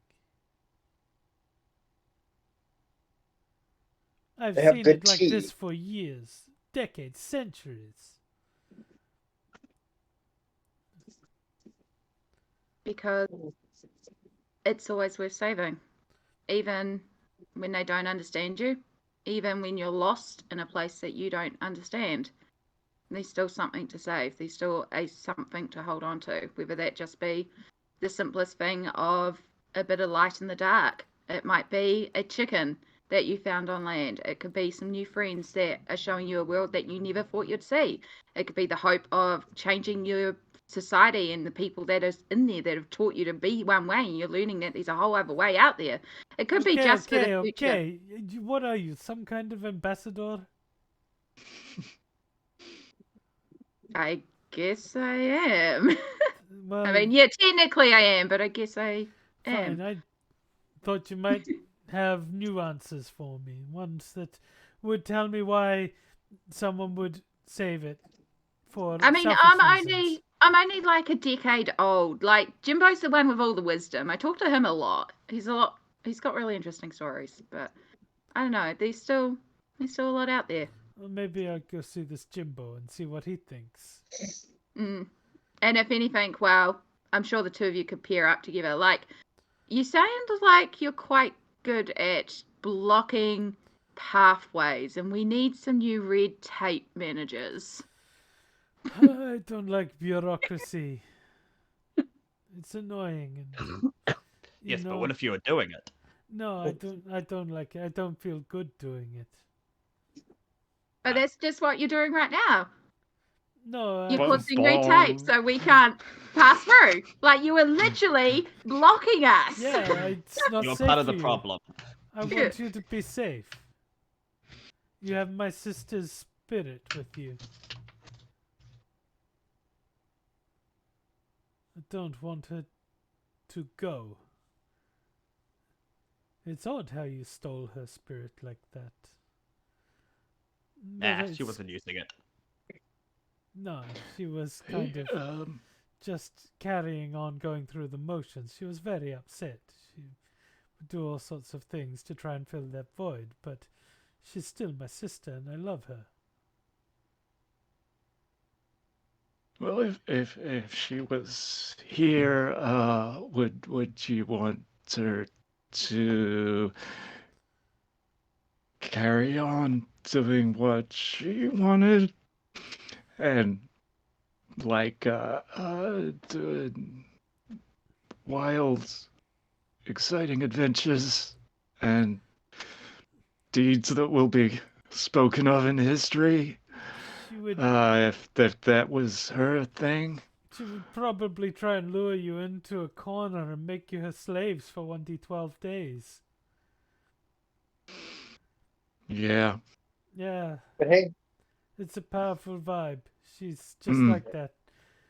But look. You know, maybe if she looked at a mountain with a bunch of dragons on it and went, hey, the quality of my slaves has been a bit low lately. Yes. Well, look, you seem like you kind of get her, so let's see. But if you don't keep that part of her safe, I will find you. I have the time. There will be a reckoning, an accounting for your sins. Oh, no. The transgressions will not go unanswered. Fine, you wish to go up the mountain? I will not stop you any longer. Thank you. Mike just looks into her eyes for a moment and blinks, and just for one eye blink, his eyes are completely black. And Bye. Hey, how's it going? We got ads coming up soon. No, we don't. Okay. Well, yes. You get up that mountain. You keep her safe. You come back and see me afterwards. We go see Jimbo together. You're gonna have a great time. We'll see. If he's all you're saying he is, we will. And just start walking up the mountain, walking through the... Right. And you head on up the mountain pass. Kale had just set up like a 3 full course meal for everyone. We got like the tea kettle going, and blames the sun for having to pack up the meal, even though it's no one else is just blaming the sun. Yeah. Loving this basket thing that we have. Not sure where this food's coming from. Part of him hope it's coming from the king. That really just what it takes their food. You start heading up the path. The travelling starts off easy in the lower parts of the mountain. It's not too difficult, and a lot of the sort of surrounding areas, like low foothills, not steep. There are still places where it plateaus a little bit and is flat. And it's in one of these plateaus that you hear giggling echoing all around you. Oh no. Is it using my senses? Is it a recognizable giggling? It's a familiar giggle. It's not... Or familiar? Yeah, or familiar. It's definitely familiar. The high-pitched, ethereal, unearthly nature of this giggle echoing through the lowlands here, through the plain. 4 small fairies with white hair, white wings, and sparkling silver skin burst out of the snow. As they emerge from the snow, they start hurling snowballs at you. And Water shield. It's probably, yeah. It's solid water hitting liquid water, but Due to the nature of their surprise attack, you will have a -3 on getting your shield up. That's fun. We'll still try. We've got to defend the party. Oh, absolutely. You'll be defending yourself, otherwise it'll be thing. Well, we've got to also defend Tuna. I mean, let's face it. No, you don't. Tuna is the... Tuna has plot armor. If Tuna you has were plot small armor. enough to hide behind Tuna, you would be safe. Kale's gonna hold up plot armor. Right. I have arbitrarily rolled a number of dice, one for each of you, because there's enough fairies to go around. You all are being pelted by snowballs that may or may not contain rocks and other unpleasantness inside them. How will you defend yourself? Shield. All right. I got a 15. Dropping dice on the floor. Yeah, That's how I'll defend myself. You shield up and you curve it so the snowball crackling with frosty energy is caught in the shield and flicks around back at the fairy. It lands heavily upon it. It does take some damage. It is a little bit stunned. Well done. It rolled really badly. Sorry. Kale, how are you doing? Kale, what's actually kind of, if it's especially nighttime, kind of into this, totally up for a snowball fight. Nice. For funds. So yeah, well, I do this, kind of agilely dash out of the way to dodge, and then try to scoop up some snow and playfully throw it back. Not trying to do any just damage, just trying to throw it back, like playing with the game. Yeah, okay. They're up for this. So Yeah, look at my stats. I wrote them down. Okay. That would be a 15. A 15. 6. That is significantly good. And a difference of many. It's one of those ones. You dart out of the way. Oh, hang on. It's just the -3. Yeah, you scoop up a snowball and huck it back at them, and they do get pelted by snow, and they sort of shake it off as they look a little bit groggy for what's happened. Hey, Magnus, how's it going? Howdy. I'm going to try to punch the snowballs out of the air. Yeah, do it. Punch a snowball. So that would be my It'll be a brawn. Yep. +1 because of my leather armor. You wouldn't necessarily classify this as a weird idea. It's unusual. I don't know about weird. Man, I should have written the thing as unusual idea. But they are synonyms, so am I able to add it? Yes, you may. It's only a extra +1, but That's acceptable. you need all the help you can get You sometimes. That is an 11. An 11. Fantastic. You strike out and punch the snowball. A shower of snow erupts from your fist, and a small, it's not that small, a relatively large-sized pebble collides with the leather armor and drops to the ground. They're not playing very nicely. How's it going, Wadakian? All right. I think as a quick reaction, he will just try. Well, we'll see this coming slightly in advance with senses, Yeah. and then just startledly not be there for a moment Right. Yeah. to ghost So you out of the want to way. try and preternatural sense the incoming attack and ghost out? Mm-hmm. Okay, so Yeah. senses with ghosting. Mm-hmm. Ooh, 16. 16. Very good. You last minute managed to fade out as the ball sails through the air where you were standing. You feel the cold and the shape of the snowball travel through your head's location, and it feels very off. Just kind of out of kilter. The fairies are scooping more snow, and you can see that they're sticking more rocks in there. They're not even being subtle about it. What's up? What do you got?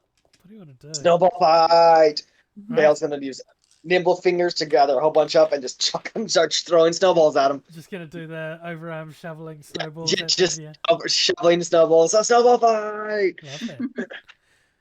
Roll your attack. Another 15. Another 15. I'm That rolling is very average today. significantly better than the 11. So that's by 4. 2 6s in a row. Very, very average. Very nice. Very nice. Oh, that was a -3 because you stunned them last time, which bumps that into the next category of difference. Your unending barrage of snowballs pelt into this fairy. There's no stones in it, but you see the wings crumple as it takes a glancing blow across them, and it sort of flies lazily on its side, trying to struggle with one wing. It's just sort of lopped over a bit. The next 2 snowballs collect it up and slam it into the tree, and you don't stop. Hey, how's it going, someone else? While this fairy is being brutalized into a tree. Would Are there like any- to. Non-lethal damage, of course. I imagine so. Yeah. I would like to pull forward some of my water Yeah. and slam it on their snowballs and turn them into slush. Okay. And just be like, we're just trying to stop the blight. You're delaying us again. Right. Red tape is really frustrating. I also rolled average. That is a 6 for a 16. I rolled very poorly. I rolled a 1. You got my dice curse. This is a problem. Is you're bringing water to bear across a pile of snowballs right next to one of the fairies. But if you've ever It's very gotten a frosty. frozen Coke, Yeah. if you've ever got a frozen Coke and then you've poured liquid Coke on top of it and it just turns into cold smush. Yeah. That is what I want to do with all the snowballs in the area around it and just turn it into smush so they can't throw. The problem is these fairies are kind of super frozen, and the water forms more than just slush. It crushes down with the weight of ice, and whilst the fairy is not going to take cold damage, it is very stuck inside a block of ice as the intended slushy becomes a Ice dense cube. little cube of ice. Yeah. Whoops. You have neutralized that fairy. Hey, because I mean I had a negative number, so Magnus, how's it going? You want to retaliate? Howdy. Mordakian? You want to go? Just to get a kind of sense of our environment here. Yeah. So we're on a kind of plateau. Yeah. It's sort of you've come up over a rise and there's a little flat. There's a frozen lake off to one side. There's a few trees around. It's just a sparse smattering of trees. Because if there's a ledge or like a drop off, I would try to slide the frozen fairy off. You want to take one of the incapacitated, non-combatant fairies and just shove it off a cliff? I don't know that they don't have a way of like unfreezing themselves. So like curling, I'm just gonna use my hammer and then just like push and then you the edge. Sure, yeah. Make me a I want a precision check because you're aiming the shot towards the edge. That's true. Yeah, but I get to add hammer time, so Oh yeah, absolutely. So it's a -1 for precision, but then a 5 for hammer time. It's an 8. An 8 total? Yes. Very good. You shove this fairy towards the edge, and it skids along quite nicely, actually. And you see it get to the crest, and it tilts over, and it starts shooting off down the hill towards the warmer lower lands. That was very thoughtful of you. It will be free in some time, but it won't be stuck in ice forever. There are still 2 fairies left. We have ads in a minute. Mordakian, what you got for me? Mordakian will just scrape his dagger through a snowdrift and turn to one of the fairies and go, "Snowball fight!" and throw his dagger. What word did you set into your dagger as a recall? Fifi. Fifi. Which is the name of his daughter's Bichon. Aww. No, isn't that wholesome? He hasn't explained this to anyone, but he has said Fifi several times as he was Come back to practicing. me, Fifi. Stab them, Fifi. Fifi, come back. Precision plus edges, which isn't my best stat now.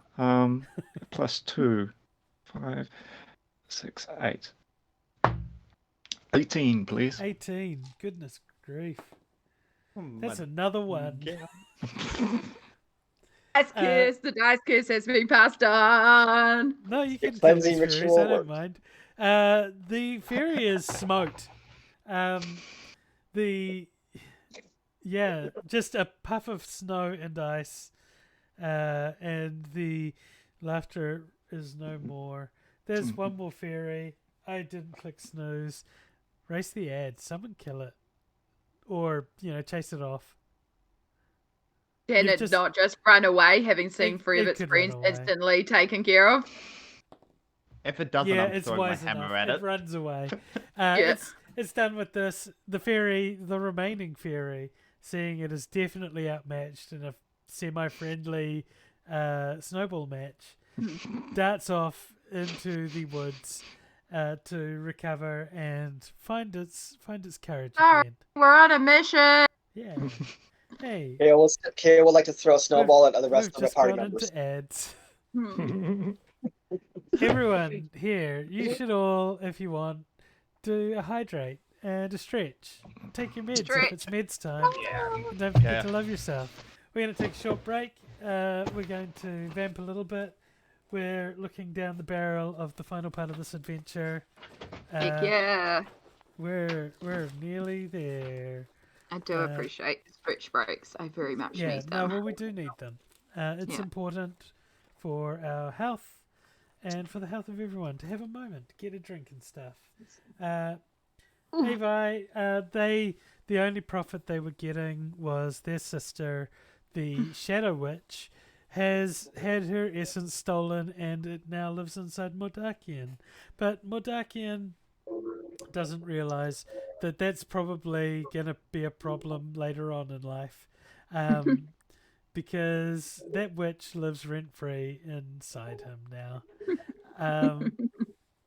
And that's fun. I like that. I tried to negotiate. We made through it without going into a battle. So yeah. Oh no, this witch is different. She once again, it's lovely wording is that what the witch just has to be dealt with, and you certainly did make a deal with the witch. You offered an immortal creature something that could be helpful. Entertainment. Yeah, absolutely. And I mean, if you've got a lifetime to live, a that's giant forever. creature with so many tentacles, I mean, that It wouldn't lives be a long interesting. time. Yeah, it would be super fun. I'm sure they'll have a wonderful time. Brad, if you need a follow-up adventure, I mean, we were talking about the Red Sea politics. Hey, Jimbo and the witch. The Jimbo and the witch, the Jimbo and the witch. One is the Kraken, the other is evil. I can say it. Steven got a theme song. Oh my god. Yeah. Oh, fantastic. But yes, it's a really cool module. I'm really enjoying playing this and just developing our own. Like, so much has been improvised from us, but there's such a great base to start with. So I want to get it. And I'm looking forward to actually reading it fully after we finish this and actually reading like what we skipped, because there is a section that we have skipped. And then the other options of what we could have done and what's in there, and yeah. No, there's been additional content. We, to expedite things a little, we didn't take 2 days of downtime to do all of the fun side quests. We're leaving that for you to run at home, and as a surprise. And also, some of them will make great little one-shot adventures. Absolutely. Yeah. Which is what I love about this module is each leg of the adventure is concisely written and constrained to about a page, and you can stretch it out or condense it as you need. It's very variable. The stories can go anywhere. You can easily turn the side quest into a main quest, to a little one shot, or absolutely. I quite like that. Are you chewing on my headphone? Just trying to chew on my headphone part. I've obviously been doing this too much today because we just lost a pearl. Or stressed, too sweaty. It's like, we're getting to the final battle, but that's okay, we'll just go. And then it never happened. See? Totally have an even amount on my forehead. It's fine. I'm gonna miss it. It's been really fun. I'm now very tempted to write a continuation of Cascade's Adventures Under the Sea, and then run that as like Under the Sea and have everyone play sea creatures. Yeah, it'll be quite a different dynamic when you start thinking that now 3D movement, like 3-dimensional movement, is no longer a barrier, which you're gonna have to deal with shortly now that Severin is back. Because you're climbing a mountain. And anyone who's played the wonderful video game Celeste will know just how hard climbing a mountain can really be. Celeste is such a good game. If you're a fan of other other games that might be having climbing mountains are always difficult. It is. I think it's one of those great analogies. Although sometimes the analogy can be laboured a bit too much, and I think people really just having a hard time getting over it. Hey, welcome back from the ads. Thank you very much for watching them. They give us a chance to stretch and rest and, take care of ourselves while you're out there doing the same, I hope, and remembering to hydrate, take your meds, and, of course, stretch and love yourself. We're back. We're in our final little leg here. We have just defeated snowball fairies, and the mountain looms ahead. You continue following up the path, and you wind your way up. Soon you see a crevasse ahead. Sadly, the bridge seems to be broken. I mean, it's a good thing we have a magic grappling hook with a rope. Do we? Yeah. Yes. We Yes. all do. So, yeah. The bridge Robert, is there. It's just really rickety. Is the main problem with that. Mm, The boards are falling off. The ropes look a bit frayed at the edges. how far across is it? It's about 70 feet, maybe. The rope's long enough. You've got 50 feet's an arbitrary number. So you've got plenty of rope. I don't care about how long the rope is. Chuck It's as long the as you rope need it. across. Yeah, It's plot length. perfect. We could just throw the rope over and have that as an extra stabilizer. Use the bridge, and I'll just make some water because surface tension and things floating on top of the water, especially for the heavier folk in our party. We'll just make our way across, and we've got an extra rope there for support. And Right. Yeah, Kale, using the magic of the rope and precision, whip it over. Okay. Yeah. Consistency to Do a anchor. precision whip it with your rope. Yes. See how that goes. Whip But- it but- good. but- I think all of us collectively went right to that because I also did too. Boo, boo, boo, boo, boo. When a bridge is looking jank, you must whip it. Make some water planks. You must whip it. I finally rolled a bit. The I song rolled a is pretty 7. dank. So 7, 10. And is it a +1 with the rope? Yeah, and the rope adds a +1 as well. So your skill, your specialty, the roll, and +1. That's right. Especially nimble fingers is a very good one for this. Yes, Using his it would nimble be. fingers to help whip it across. Yep. Because that'd be a total of 15 then. 15. Fantastic. Good result. Cascade, do me some magic. Make me some planks. That is a 10 for a total of 20. Very good. Some icy planks appear. They may be a little slippery, but we don't know yet. Hey, Magnus, have you got anything to help getting across the bridge? Nothing except for just determination. Just determination. Some gumption. That's Determination farmhand and knowledge. gumption. I mean, we could counter farm wisdom. Farms have lots of fence posts. You'd be used to knowing what wood is rotten and what's not. So maybe you could be skip this one because this is a particularly bad one. That's Just true. saying. Yeah. Yeah. Magnus has seen many a barn that is made of wood, and so can tell what's good wood, Raised what's many a bad. barn. Okay, give me a census check. Ooh, do I add farm wisdom? Yes, you can add farm wisdom. You're Hooray. evaluating the sturdiness of the structure. That turns a -1 into a 3.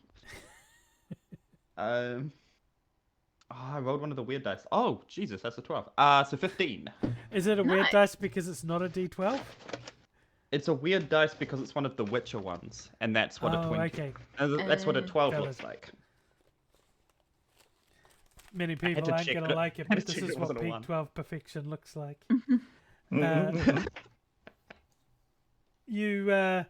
No, that's really good. The structure's looking very nice. Modakian. So I thought we started off with basically an adventuring kit. It's just straight away, does this have a 10-foot pole in it? Oh, I mean, collapsible, yes.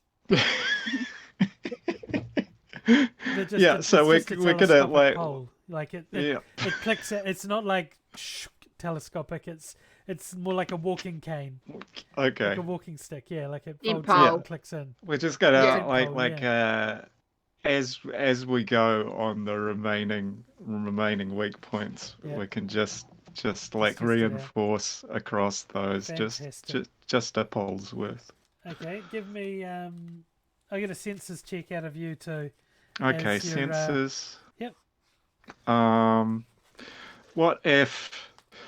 What if I tried to add reckless because I know about recklessness and thus I know what wouldn't be reckless? I using like it- that argument. You're using it as an evaluation tool. Yeah. Whether you feel like your modifier would apply if you stepped on that step. It's Yeah. almost I like will- you're doing a risk assessment. Yeah, almost. I will allow it. Okay. Coming to plus. I love 6 bow now. ties. I think they're pretty cool. 17. 17. Fantastic.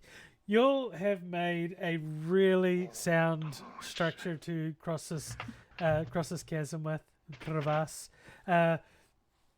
You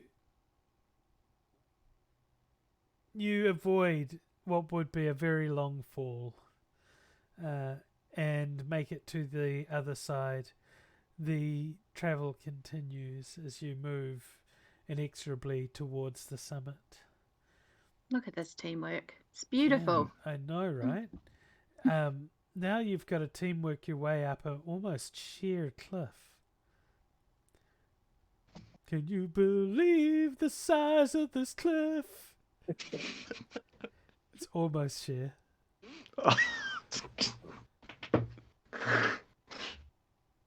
Isn't it? Wait, what time of day is it? It's nighttime at the moment. Okay, so it's not a sunny cliff.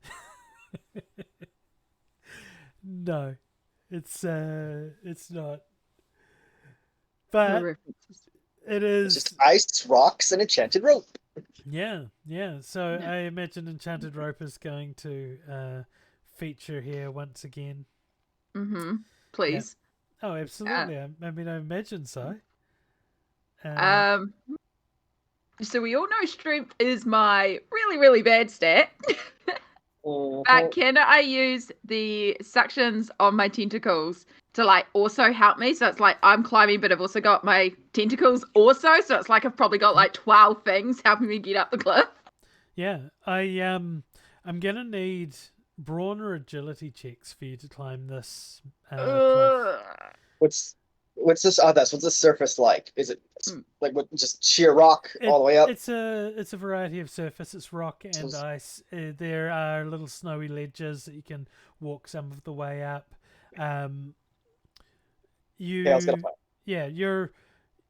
welcome to use the rope, so everyone will benefit from a +1 on the roll. Cascade will definitely also use what the if we rope. Then. don't use the rope? Don't get the bonus? No one gets the bonus if you don't use it. Oh. Use it or not so much lose it. You won't lose it. You'll still have the rope. You just won't use it. I'm just going to bronze my way up here. Bronze your way up there. Just bronze my way. Use I'm my not going to argue. I don't understand. By that I mean I'll be Did you hear that, Internet? If you don't understand something, don't argue it. The internet's There's not no going to saving listen. the internet. Yeah, there's no saving the internet now. I rolled a 1, so that's a 7. A 7. Oh. Oof, just Is it squeaking 7? over success. Yep. Yeah. You do succeed on your way up there. It's a struggle. Your friends are following up behind. You can use your tentacles bonus as well as your agility cascade. Yeah, plus I'm gonna the one use from the rope. I'm gonna use the agility, and then with the +1, that'll negate my -1 on agility. Yep. But it's better than the -3 on brawn. Pretty much And is. then with that tentacles, I get a 2, and Yep. I rolled a 12, so Nice. I got a 14. Yeah, you just your way up. Yeah, like a octopus escaping from a boat in reverse, and a mountain instead of a boat. And It's good because I have to have one hand also making sure tuna's okay. So it's like one hand, tentacles, one hand, tentacles. You just pulled yourself up with your hair. It's terrifying. Yeah. So Mordakian, Kale, how are you going up this mountain? Kale's gonna start stretching. Yeah. Kale's gonna start stretching. Kale's gonna get limber up.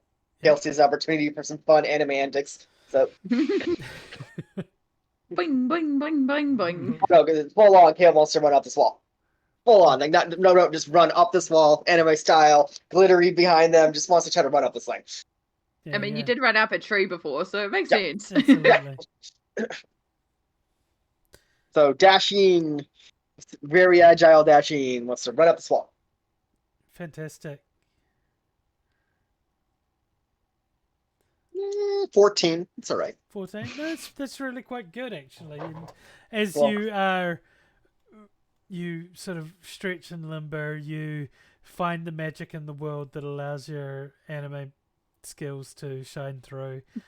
You hit the wall running, and usually you're used to it being sakura blossoms or some sort of stereotypical thing, but this time it just starts snowing. Just a gentle smattering of snow lands down upon you as you're dashing through the snow. Hey, Mordakian. Okay. If Mordakian were to decline to use the rope and instead just brawn his way up with using a returning dagger as a crampon occasionally, would that be reckless? It would be, because the rope gives you a +1 bonus that you don't even ask for. Reckless gives me a +3 bonus. Oh, wow, that's way better. Okay, yeah, do it. Just muscle up that I'm sure I cliff. could think of something else, but Yeah. okay. 2 + 3 + 2 again. 19. 19. Fantastic. Yeah, you just charge at this cliff. You leap at it, dagger out in front of you, and you sink it into the rock. You launch yourself up from the dagger buried in the rock. And as you soar upwards, you yell Fifi, and the dagger appears in your hand. You stab it again. Fifi. Yeah, go in this. And With a rope. with the echoing of Fifi throughout the canyon below, What? Wow! you arrive at the top. Yeah, fantastic. I'm 100% average on my rolls. A 6, a 6, a 7, and a 5. Nice. I'm average to an average. I've been rolling preposterously well so far. I'm average. Let's hope that hangs in there. It's Langston. There's You- a reason why I did dice blessings. Yeah. You continue your way up the mountain now, the path becoming somewhat clearer but steep. You wind back and forth through a number of switchbacks, and eventually you see ahead of you it looks like a bundle of sticks, like a big pile of branches, all just on sort of out on a little pinnacle sticking out from the side of the mountain. Is there an X? Do you want to go and have Did a you look for fi- an X? Did we finally find the X? You head forward. Using looking some for the senses X. and carefully. Okay, Yes. cool. Make a senses check. We all remaining calm. Oh, is it still nighttime? Yes. Ish, nighttime. Yeah. Remaining Yeah. calm in the dark as I gather my senses. And apparently I'm still rolling completely average with a 6 for a total of 12. Oh, sorry, Total of- 6. Yeah, 12. Yeah. Fantastic. You start heading towards it, and you see you're looking for the X. You know how this works, but you also know how nests work, and you think that's an awfully large nest. And you look up as you hear shrill cries ringing out all around. 2 griffins appear from the mist and clouds that are surrounding this part of the mountain. They swoop in towards you all.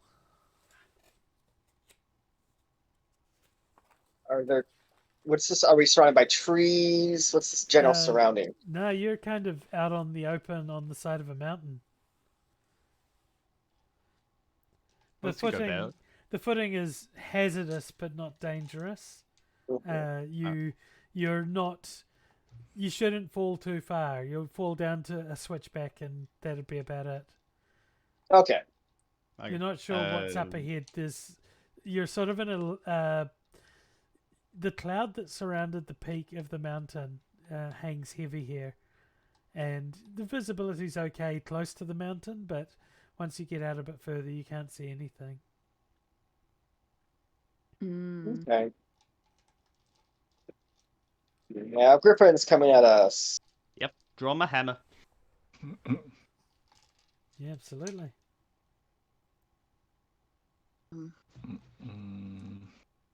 Or for flavor, hold my hand out and say Petunia, and then hammer.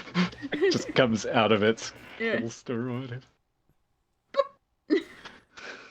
Kale really Just likes kind of Griffins. rolls Doesn't off my want to hurt back. these things. Kale really loves Griffins. Chaos likes Griffins too. Yeah, griffins are pretty. What if Griffins don't like you, though? Actually, I just had an idea. Because it's cloud. Cloud is dense water. Can I suck that cloud that's around and kind of create like water droplets in an attempt to try and make cloud and obscure us from the griffins? Sure, why not? I haven't tried it before, but we'll try it. Yep. It gives us some cover.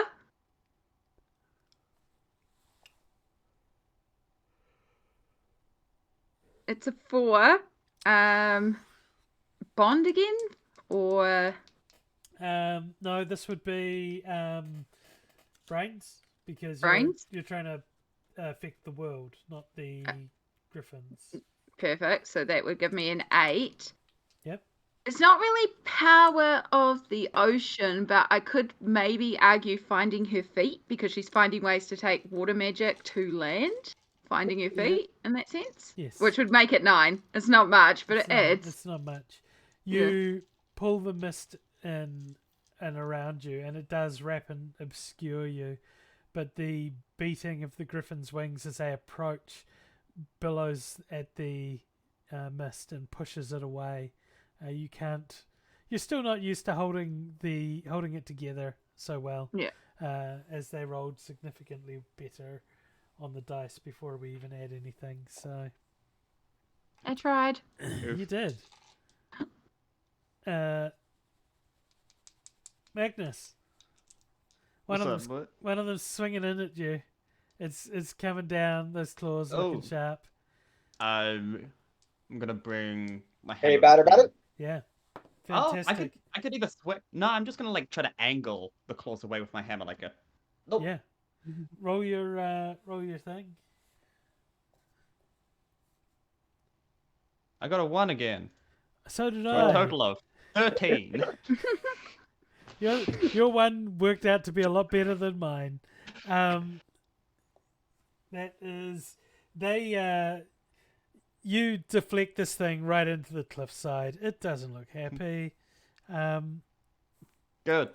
Yeah, it sort of just crashes into the ground beside you. One of the griffins is now there. The other is still circling about, looking for its attack path. Okay. Can I use the momentum of deflecting it to then bring my hammer around and... Yeah, sure. Alternatively, you could just hold your hand straight up above you and yell Petunia and then bring it crashing down. Throw the hammer over the griffin and then... Sure. Roll your attack. Let's see if I'll do that if I miss. That is a 23. Jesus Christ. The breakdown is 11 on the dice plus 5 brawn plus 5 hammer time plus 2, it being a plus 2 hammer. It's just it's just broken. It is a little broken. Kale can't quite roll that high. 12. No, hang on. It's not 12. What is it? Where are they? Here. It is. You got 23? That's a difference of 11. Oh, hang on. Yeah, so 11 or more is 4 limit damage. You swing Petunia around. You catch this momentum. You arc in with Petunia in your hands and crack into the side of this griffin.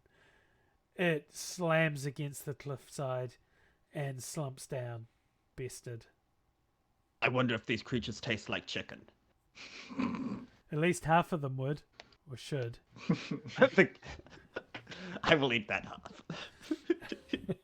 Of a tuna's eyes and be like, it's okay. Don't kill them. Kel shouts out. They're beautiful creatures. You watch as the other manticore screeches. It's come down and landed in front of the pile of sticks and branches, and it Griffin or stands there manticore? squealing. This is another griffin. Did I say manticore? Yes, you did. Oh, whoops. Slightly different mythical creature. It is somewhat different. This is still a I griffin. can't go back to fighting manticores. No, we're not doing manticores here. That's someone else's thing. This griffin lands in front of the bundle of branches and sticks out on the pinnacle, and stands defiantly. Is it moving towards us or just standing there? It's standing at that pile of sticks and branches. Oh, Kale's gonna just hold up their arm and just start walking backwards while still facing it, just walking backwards. Just backwards. Yeah. You back Kale's up not away stupid. from it. Yeah, backing away from it. Yeah. Kale's not stupid. There's another path up nearby you can take, or you can carry on up the switchback that takes you past the nest. We'll call it a nest. They're defending something. Kale's not stupid. They're gonna. He shouts out, "Up to you, up to you, everyone. Which route we want to go here?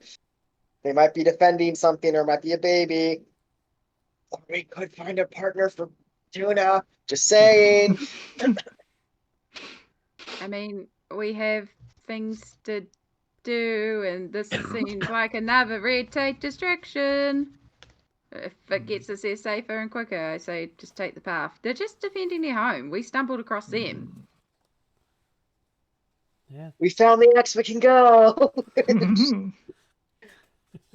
Yeah. Right. Sure. You- Yeah, I'm gonna test the theory. If we walk up the path, will they just leave us alone? Walk up and around, but not near the nest. Yeah. Yes. Yeah, you back off and take a less direct path. The griffins. I was going to correct to manticores. Damn it! The griffins do leave you alone. The one by the nest, looking wary. The other one, groggily, does just shake its head a bit as it watches you leave. I have a question. Yes. On the basket of food, basket thingy. Is it I think of a food and pull it out, or I can kind of pull out something? No, it's just Is that what- it's just a random grab of picnic rations. So I was gonna say try to find some meat and just as we're leaving, throw them some meat as we're leaving. You Throw can them some fish food. around. You might find a bit of a charcuterie board, and there'll be some deli meats in there. Absolutely. Does he have a Griffin's biscuit? Well played. Well played. That joke probably got lost on Chaos. We have a Yeah. biscuit company here called Griffins. Yeah. They're very popular. It's very classic Yeah. Kiwi. Yeah. They have ginger nuts. They're very good. You know what kind of milk goes well with it? Half and half. My brain is going like, I can't have dairy, so half and half is out. I can't have the biscuit because I can't have wheat, so that's actually wow. all. Yeah. Well, I can have. Well, correction, I could have them. It's not worth it. Yeah. Mm. It's not. Dairy I can have with like how long they take my medicine. The rest of it, no. So nope, unfortunately not for me to try. But I'll Yeah. enjoy the giggling of everyone else. You avoid the griffins, and you continue on the path upwards. You eventually crest through the mist, and you see the glowing green light at the top of the summit. It's not far to go now, and surprisingly, you see a small cabin perched on the side of the cliff. Fireball. What? You could have done this whole time. That was the magic you could have learned from Gert. That's the secret magic I learned I haven't told anyone about. It's a fireball +5. Roll. I'd say you could roll 8d6 damage for it, but we don't use d6s in this, so I guess it's just +5 to your damage. Or d12s. Yeah. Yeah, it's a hut. The path carries on up. Add your hut. It's just a really odd looking shelter like hut. Like it's very functional. Like a mountain cabin. Yeah, like a tiny little mountain cabin. The kind of thing someone might have if they were up here and regularly. Kale's suspicious. Yeah, I know. Everything. Who has the needle relic? Is that what we're? The It relic looks that like it- glows. Yeah, we'll just call it the relic for whatever the thing is. Who has the relic? I the did say I program. grabbed it, so Oh. it could just be in my little Yeah. satchel if need be. It's nearby.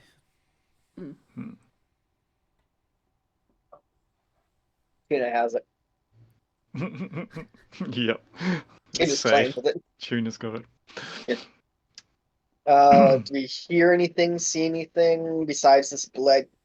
Is there a sickly smell or anything in the air? What is the... No, it's just nice crisp mountain air. It's cold, chilly. The snow's not snowing right now, but the snow on the ground is snowing pretty well. Thanks. I don't have any idea what snow's like, so I'm not going to describe it any further. I've never seen snow. No, Not like you never really. seen snow? No, I've never seen it snowing, and the best I've ever seen is like a muddy slush. Mm. Oh, interesting. Yeah, that's Yeah. the best. I'd love to see it one day. Maybe next year. I lived in snowy areas for 13 years, so Yeah. You gotta go skiing. I would probably be good at that. Probably not. You But- are We want not to- going we skiing. want to we want to approach the cabin or the little blight thingy. Is there a think the source of cabin's this kind of glowing? on Or the just... way, the right? glowing's further up, so this is Oh, okay, this is a cabin little first. cabin, and then there's more path leading up. Some It scrambling might be a towards the place to- apex. Ongoing, shelter for the okay. night or something if need be. I might just If we need to rest. stalk up to this cabin with a view to trying to find out what's inside. Right. Yeah, Kale would like to kind of say kind of like we'll both kind of go around, maybe like Yeah. towards the back one, so we'll kind of flank this building and see if we can. Make senses checks, both of you, Okay. as this cabin is enshrouded by shadows. You Oh, two are the really? shadows. You two are the shadows that are enshrouding this thing. You spooky I dark will. boys. I'm gonna dash around ninja, Yeah. shinobi like. This is a moon. It's gonna do the run and everything. Like, Oh, there's 3. So that's a 9. a 9. Cool. I finally got higher than I had a 10, so a total of 17. That's my first high I finally roll got of the below a game. 10. Yeah, that's my That- first high roll of the game. That is enough. You see this cabin for what it really is. The last shelter and rest before the peak. It's the save point in a video game. It is, but there's no cassette tape to save your game on. Rest so- here, weary traveler. Is there a- Kale pull out the quest log and hit quick save, Yep. Which and then is we all just- freeze for a moment, Yeah. and then we quick save. Please insert disc 2. There's the button. Got it. Make time to blow the dust out. Gotta clean off the disc. Just 2. You rest and take a moment. You can sleep if you want, and it'll be day for the final encounter. Or you can think- rest for a moment, catch your breath, and head up for a dawn encounter. with Either the way, sun we have the rising in stupid. east. Either way, the stupid sun's gonna rise. So I mean, Yes. But will it rise on a new day with a fresh perspective and less blight, or on a It'll bunch still of- rise, and it's still annoying. I mean, it is a lot more epic if we slay something as the sun is rising behind us. Just saying, for the Long vibe. shadows. Yeah, For the Long shadow. shadows. You have Yeah. longer shadows, so do more Tails better. of the moon. The moon will still be out for a little bit. You'll still get a little bit of your moon magic. Depends on the So, time of the mountain. month. Depends how does the astronomy work here? Lyndon, no. No, I'm not going to. That's more than I'm prepared. That's one of my lines. I mean, what present are we on? Is We're it the gonna move opposite of on. what we have? Yeah, We Is have it like full? 15. We have like 20 minutes remaining. Yeah. We don't have time. I'm not going into astrophysics of a fantasy world that I didn't create. How does the moon affect the tides and the snowfall? All right. Choose We'll start your time sneaking up. period. Do you want dawn? By Yeah. dawn's early light? Yeah, on the I'm fifth good day? for dawn. Cool. Go on. You continue on your journey. As you reach the summit at the peak of Drakkenberg Mountain, I don't know why I keep adding the in the middle. You're above thick clouds and the bright... No, we're not unimpeded sunshine yet. They've time-coded this adventure and I don't like that. I will change that myself now. You're above the thick clouds and the moon shines still. You can see a glowing ember on the horizon, which is considerable from this high up. You can see all the lands laid out below you. Curled up at the center of this plateau near the top of the mountain, you see an enormous dragon, its amber-scaled body wrapped around the green glow, which is almost blinding from this close. You hear a chorus of shrieks as a flock of smaller grey-scaled dragons appear from behind a rock, gathering at a distance and baring their fangs. Many eyes watch you.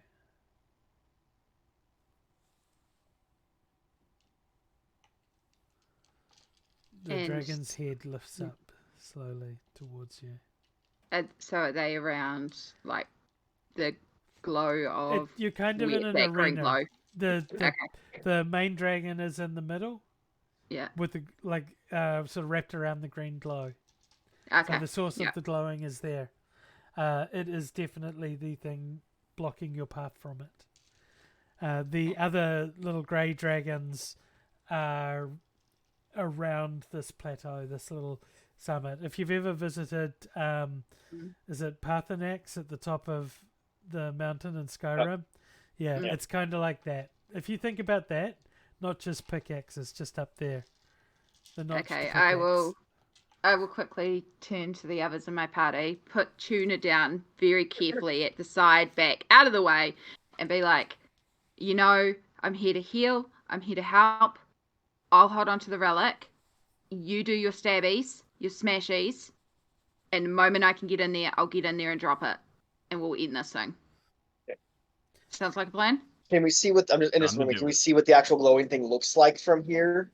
You look over and you see the green glowing thing behind the dragon, and you see the red glowing thing emitting from the dragon's mouth.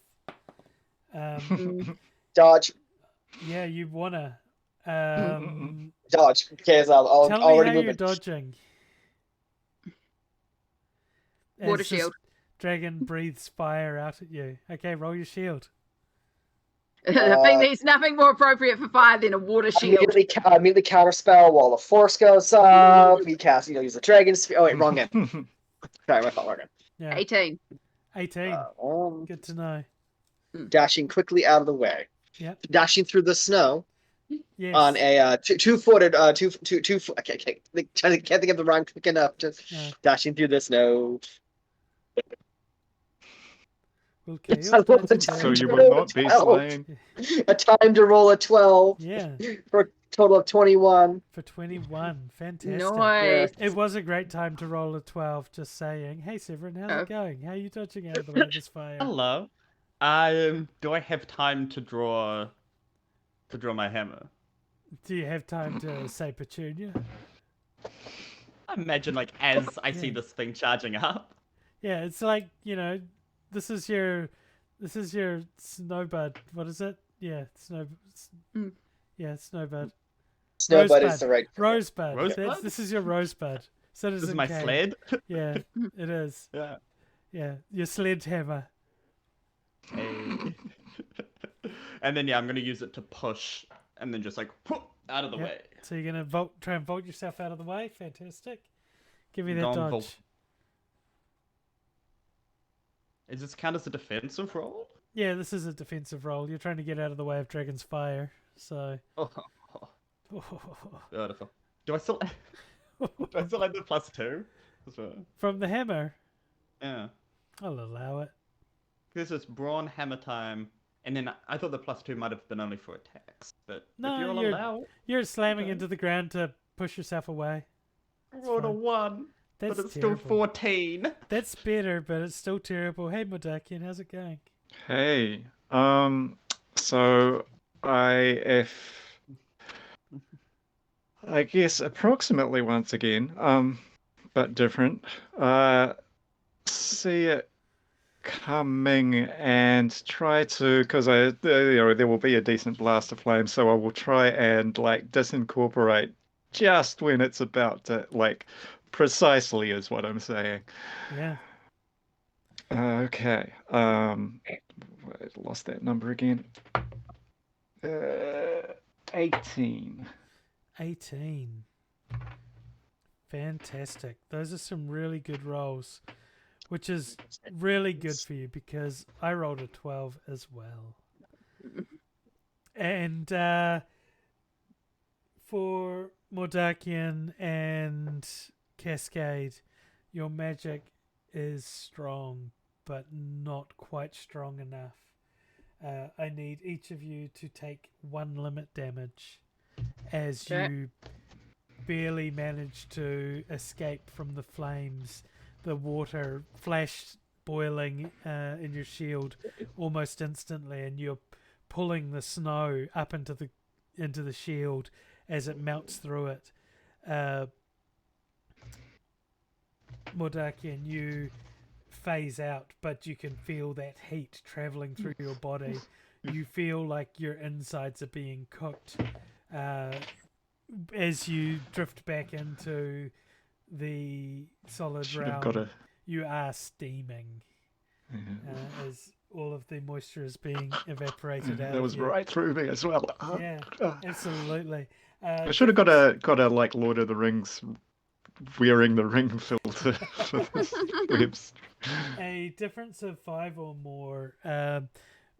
Magnus, you launch yourself out of the way, but not quite in time. You take 2 limit damage as the fire laps at you as the dragon tries to track around. Kale, you good. You get out of there. You good. Straight up in the air or something, and there's like a moment where you're silhouetted by the moon. In the moon, just flashes the moon, and just yeah, absolutely. Magical transformation engaged. You're fighting a dragon. Do it. Entertain me. Kale now somehow has 3 tails. He's grown 2 more tails. A split into the boss music mode starts playing. There's Latin. Final form. Fantastic. Yeah. Tuna's out there rocking on playing some of the boss music. So we play One Wing Angel from Final Fantasy. Oh goodness. Magnus The battles begin. Get in if you were familiar with superheroes, a familiar stance of hand on the ground, leading forward, and then just throw his hammer directly at the dragon's head. Yeah, It's just big dumb head. We got a hammer soaring in. Kale, how you going at it? Is its mouth still open? No, it would be catching flies. It's gone back to having just a languid little smirk. Like, I'm a fucking dragon. What are you gonna do? How big is its eyes? Never bites off more than it can chew. All right, well, let's go for one of them. Kale likes to try to move around quickly and fire one of the poison arrows at its eye. Oh, absolutely. Yeah. Do it. Um, I can't remember. I know the poison arrow does. Is that a game changer? I'm still unfamiliar with that term. Yeah. So as heavily as, but I believe the poison arrows are special items. They might do something. Yes, indeed. Let me just quickly check what they were. Mm-hmm. Yeah, it was it's a bundle of poison arrows. I think I have three of them. Yes. So they, if you hit, it will put a game changer on the target, which is it will mean that the next thing against them will have a +3 in your favor, or a -3 against them. Which is what I'm kind of planning to do. Yeah. I would like Cascade to basically find an area that is out of the way to kind of hide in, and she will start forming and hold water to put into the dragon's mouth when that fire attack happens again, and attempt to sort of neutralize it. Okay. All right. Opens its mouth and gets a mouthful of water to put out the fire. It's worth a shot. Start coalescing your power. Yeah, and I'm just... Mordakian. Okay, as the fire from the flames clears, where's Mordakian? Oh, he's gone. But then, out of the shadow of the new dawn that's just been cast by one of these other flappy dudes in the side, flies this dagger with precision and shadows, and +2 are possible of that. Stack those numbers. Which is 15.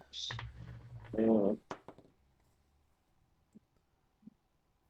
7. And there's no bonuses for the rolls for the arrow itself, right? Just making sure for my numbers. It would be agility, plus if you've got a skill that you want to apply to it that you think is applicable. You got a 15, Mordakian? Yep. Fantastic. Magnus, how was your attack roll? I'm rolling. Do it. It's not bad. 22. A 22. I better defend against that. Nah, don't. No, I haven't rolled yet. Fantastic. Would you kindly roll Cascade for your coalescing power? I did that already because I figured you'd need it. Yep. I rolled a 20. Fantastic. You have affected a game changer on yourself from coalescing your power. And you have a bit of an edge if you want to intercede before the dragon does something. Yeah. Kale's going to continue to dash quickly, circle around and firing that arrow, try to aim it, go and firing the arrow, going for the eye. Yep, fantastic. It's not bad. It was a 9 plus, so 18. There we go. 18, fantastic. Right, so let me see if I understand this correctly. There, it's a difference of 4. That's a difference of 4 also. Nervous candy. Right. Your initial barrage of attacks launch in, the hammer cracking and the dagger stabbing, the arrow lances in. It doesn't quite catch the eye, but it does sink into the soft skin nearby. There is a game changer applied on the dragon as it is brutally pounded in this first little foray of blows. Foray of blows. Yes. As a bonus action. It's really only a 3A because one of you didn't do blows. I've said this all along. I don't have a weapon. I'm here to help buff. I am support class. Cascade is here for vibes. Absolutely. Magnus was pretty buff when you made him all shiny. Exactly. Yeah, he's still shiny. Yeah. You watch this dragon rise up to its full height, and it makes a massive roar. It echoes throughout and around. You hear snow starting to shift on the mountains as more than one avalanche was probably caused. I would like you all to roll bond checks as this dragon is trying to frighten you. Now, with this, because I was holding for the water for when it opens its mouth to attack, would that make them have to like do this roar for a garble of water and therefore make their roll have the game changer and be lower so that my friends can do better? You want to apply your game changer on this roll? Yeah, I'd like to lower this roll because I know my friends don't all have very good absolutely. bond. Absolutely.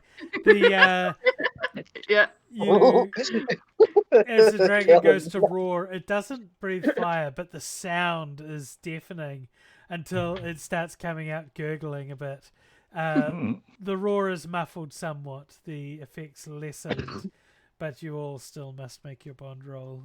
Would not being scared of a dragon count as having a certain amount of farm wisdom? Getting used to the loud sounds of various animals. No, Severin. Okay, fair enough. Yeah, man. you can try something else. It was worth a shot. So is the dragon is the dragon hit with a double? Can there be such thing as a double, like with cascades and then the poison arrow also affecting it? Is there a way? Yeah. It just gameplay is that there's something you can stack game changers. Yeah, they can stack. I have stacked them, so I know what the roll curiosity. is. Yeah. Well, thank you. That helps my roll a little bit. While maintaining calm in the darkness, trying to do a bond roll. Yeah, no.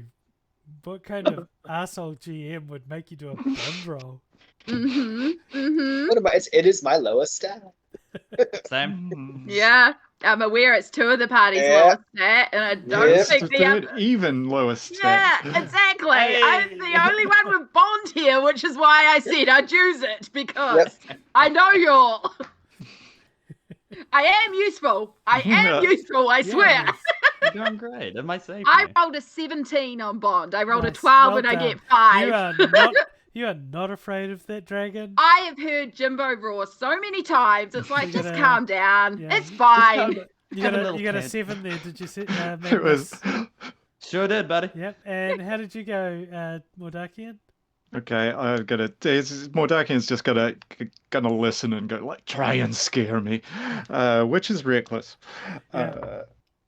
That's 4. Total? Yeah. Okay. My +1 total plus my 10, so 11. 11. I thought you were saying 2, but that's 11's 11. a whole different number. 11 is I got a total of a +1 to my roll. So I got a 10 + 1, so I got 11. I didn't even add anything to mine apart from my bond. I could technically add cleansing heals because I'm like calming my mind as well and being like, you can't get in there, it's fine, which would make it a 23 if I really want to go. If it's farm, is it farm wisdom if you're trying to be wise and also calm the farm? Calm the farm down. That's what I should have said. Yeah. I have a +7 on top of my roll. I do have 2 -3s added onto that, so I have a total of +1. I rolled a 3. Yes! Teamwork! So I believe you all just squeaked by on a bond roll against being afraid of the dragon. If we didn't add that second game changer. Yeah, because of teamwork. Yeah! The Power magic of friendship! I'm sorry we put morals into our game. Unscrupulous ones sometimes. Let's go, party. Let's go. Yeah, this dragon is rearing back. Is looking like it's going to attack. Part of the cards. Oh, what? Yeah. My grandpa's deck has no bad cards, Kaiba. Doing what I'm doing for my turn. If that's okay, I'm happy to go. I'm not going to do an insta heal. I'm going to try and roll for this because I want to heal Magnus, but also maybe give them a little bit of extra juice to make their muscles all shiny again. I don't know if I can, if I roll well enough in my bond, if I can heal and make better. Yeah. Yeah. Yeah, I'll allow it. I'll allow it. Cool. I'm just making you feel really, really, really good.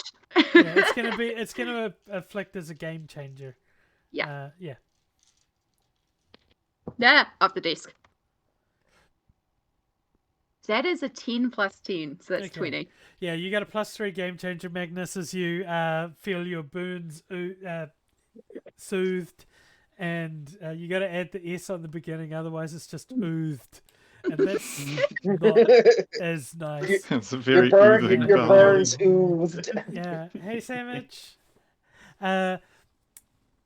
You feel the power of the surf welling in your muscles, the crashing strength of it surging you forward. Magnus. How's Yeah, everyone? And then How's just all of keep- you going? You duck down behind your Yeah, whatever? just holding the relic, looking for a spot to run in there and drop it. Yeah. I'm gonna run forward, leap into the air, say Petunia, and then Yep. bring my Just the- hammer like just the classic directly view. down. Fantastic. Roll that attack. To be that. That plus that. That's okay, Sandwich. Just happy to have you here.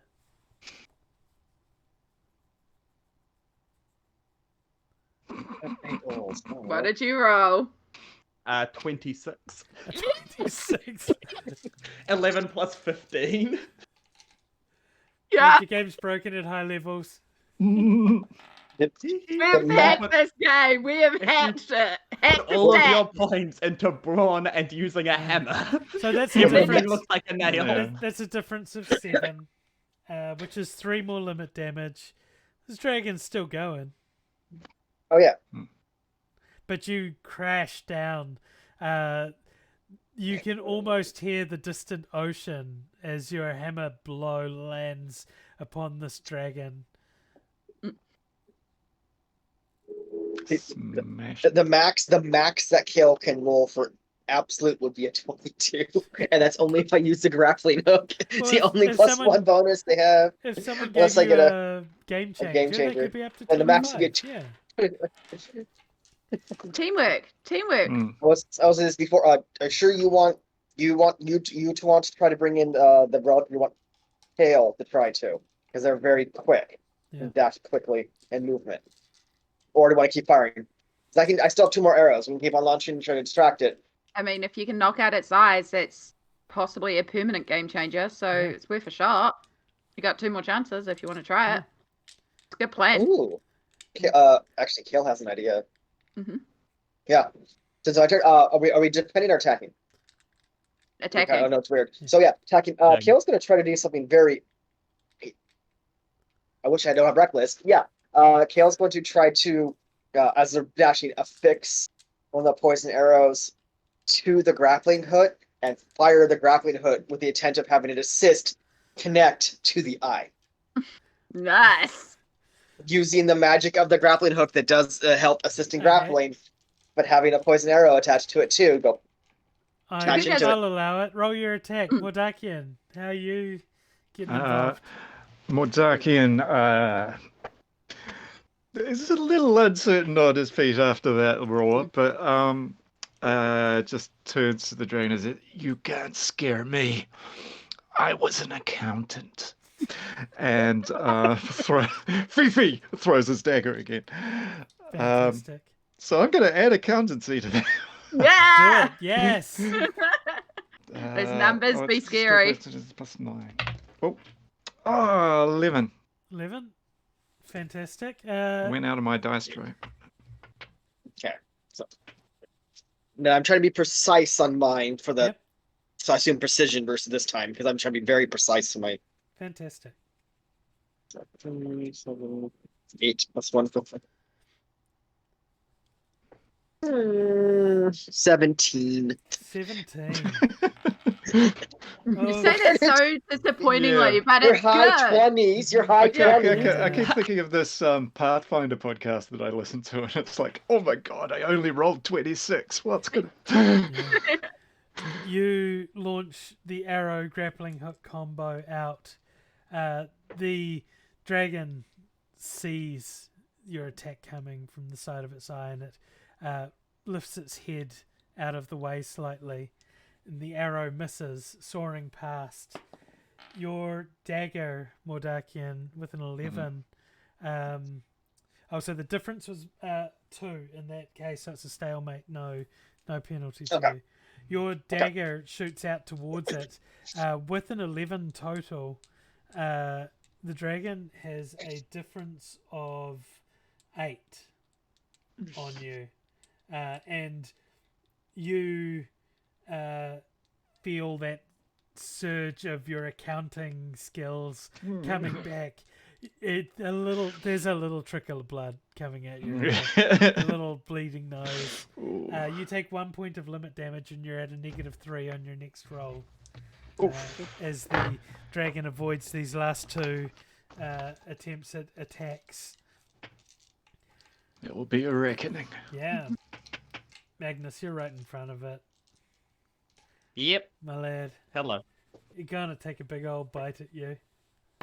It can certainly try. I'm gonna again deflect. Okay. Out with my hammer. Roll to deflect. Got this, Magnus. I'm nearby. 20. 20. Difference of 1 in your favor. Ugh, I rolled a 12. The dragon bites down, and you are standing there, your hammer in its mouth, as it tries to force its way down, your muscles rippling still with the energy of the ocean as you feel the waves start to subside. What's happening? So the dragon, is the dragon still on the ground, or is it floating, trying to bite down and make us? It's still standing on the ground. Okay. Its tail is still wrapped around the green light. It's really big. You're not going to just walk past it easily, but you could certainly try to get around. If we could get it high enough, maybe I can slip under. Well, we didn't try walking past it. We don't know. We could have. I will basically just yell from the shadows and be like, "Can we move away from the center?" And I will hold another water if it releases something from its mouth to try and garble it again. Yep. Yeah. Okay, roll your game changer. Yep. Rolled off the desk again.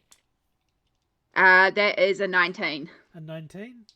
Fantastic. You have established a game changer. Your power has coalesced. Thank you. What's happening out there in Fight Boy Land? If my hammer's currently in the dragon's mouth, yeah. Can I just... I was gonna slam down, but if Cascade's like, can we move it away? Try to almost flip the dragon away from the font. You're gonna flip the dragon. Okay. Yeah, go on. Make a brawn check. No hammer time this time. I'm using my hammer to... It is, but you don't get to swing it this time. It's your grapple point. Now, I'll still... Because you often have to wrestle cows and animals. You can use farms, yeah. You can absolutely use your farm flipper. Nice. Got you. That is a 15. You struggle with this thing. I rolled another 12 for the dragon. I'm going to tell you that now. You struggle to flip. You're wrestling against this dragon. You, yeah, you're holding this thing at bay. You're keeping it engaged. Yeah, absolutely. Which can help the other two. Yeah. You do feel the final part of the power of the ocean leaving you as your muscles start to ache and you feel a weariness set into them. You will be at a -3 for your next action as it slightly overpowers you enough. No damage. Good. Yeah. Was I meant to add a 3 for my last few rolls? Were you? I just did it the one time. What's the 3 from? From the power of the ocean. Oh, no. The game No, changer. the game changer was used once. I'm just using it as a narrative descriptor. Okay. Yeah. Don't And worry. I've got a -3. Tide's gone out on that one. Sorry, buddy. Yeah. But the moon is up. The moon I affects thought the if I had tide. it this whole time, I could I could go back. So Kale, because so that the grappling hook missed, is going to yank back on the grappling hook to try to get it to sink in and start trying to climb it to climb up onto the dragon. Yeah, fantastic. Make a precision check as you try and flick this rope back. It's very animated. Jump on a dragon's back. Oh, Just- I mean, totally 100% seeing. I'm just seeing Dragon Age in my head right now. Like this Yeah. this is where we're going with this. Or Skyrim, which we mentioned before. Yeah. I started playing Yeah. that. So precision checks. Yes, please. Stop going off the damn table. An 18. Very good. I rolled well. That's another 12. I shit you not. That is a 20 in defense. That is a stalemate. The grappling hook whips back. The dragon breaks free from the lock that Magnus has on it and rears back as the grappling hook soars back past. It's still got the arrow attached to it, so that's kind of nice. You haven't lost that. And you retract the grappling hook and rope back to your side. Mordakian, how's it going? Okay. Mordakian on the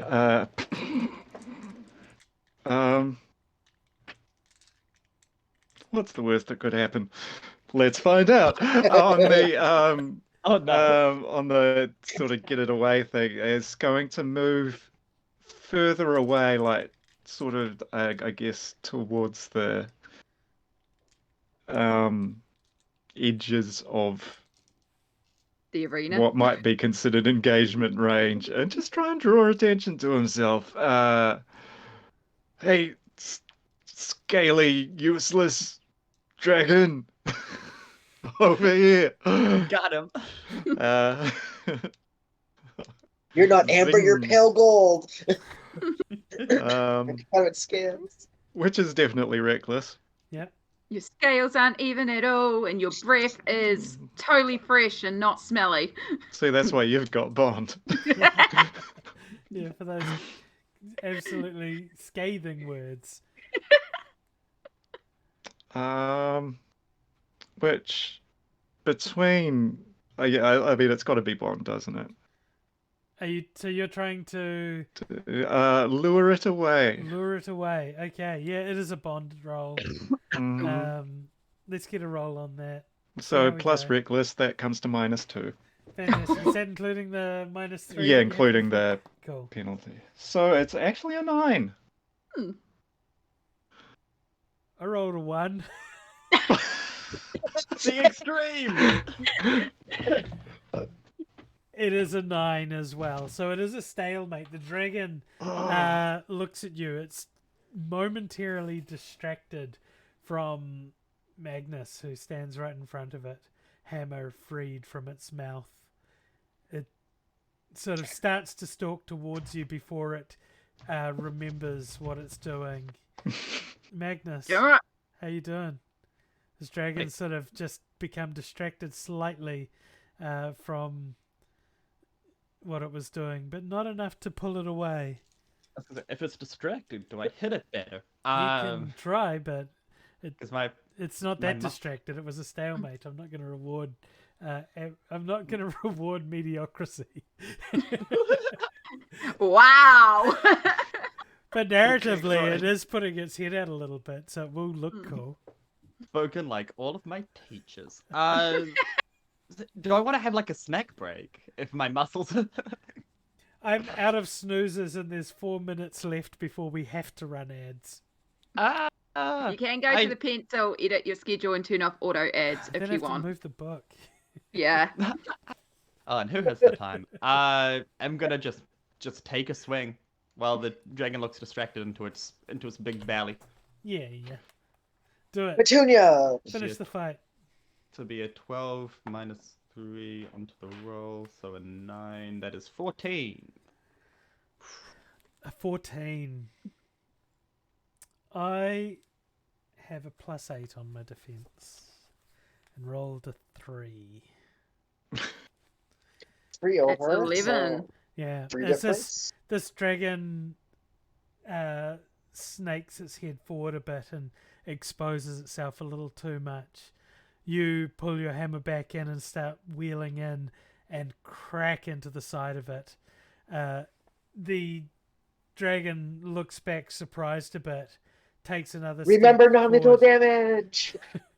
and staggers over and drops to the ground. Instant I see an opening, I run for the center. Yeah, you dash forward. The Kale wants small to dragons pick up Cascade and help. Yeah, the small dragons that were surrounding this arena clumsily flap their wings and take off from the summit and disappear from view beneath the thick clouds. The bright, glowing orb of light lays unguarded, and as you race forward, you place the relic inside the light, and it explodes in a massive wave of energy, violently throwing you backwards. The clouds disperse with the energy wave as it washes down the mountain, sweeping across the entire kingdom. All across Seldenar, the blight monsters suddenly stop what they're doing, as if waking from a dream. Some collapse to the ground, others turn and slowly march towards the mountain. Dead, drooping crops begin to straighten up and face the sun. Putrid ponds begin to clear away the sickening murk, keeping them stagnant and allowing life to blossom once again.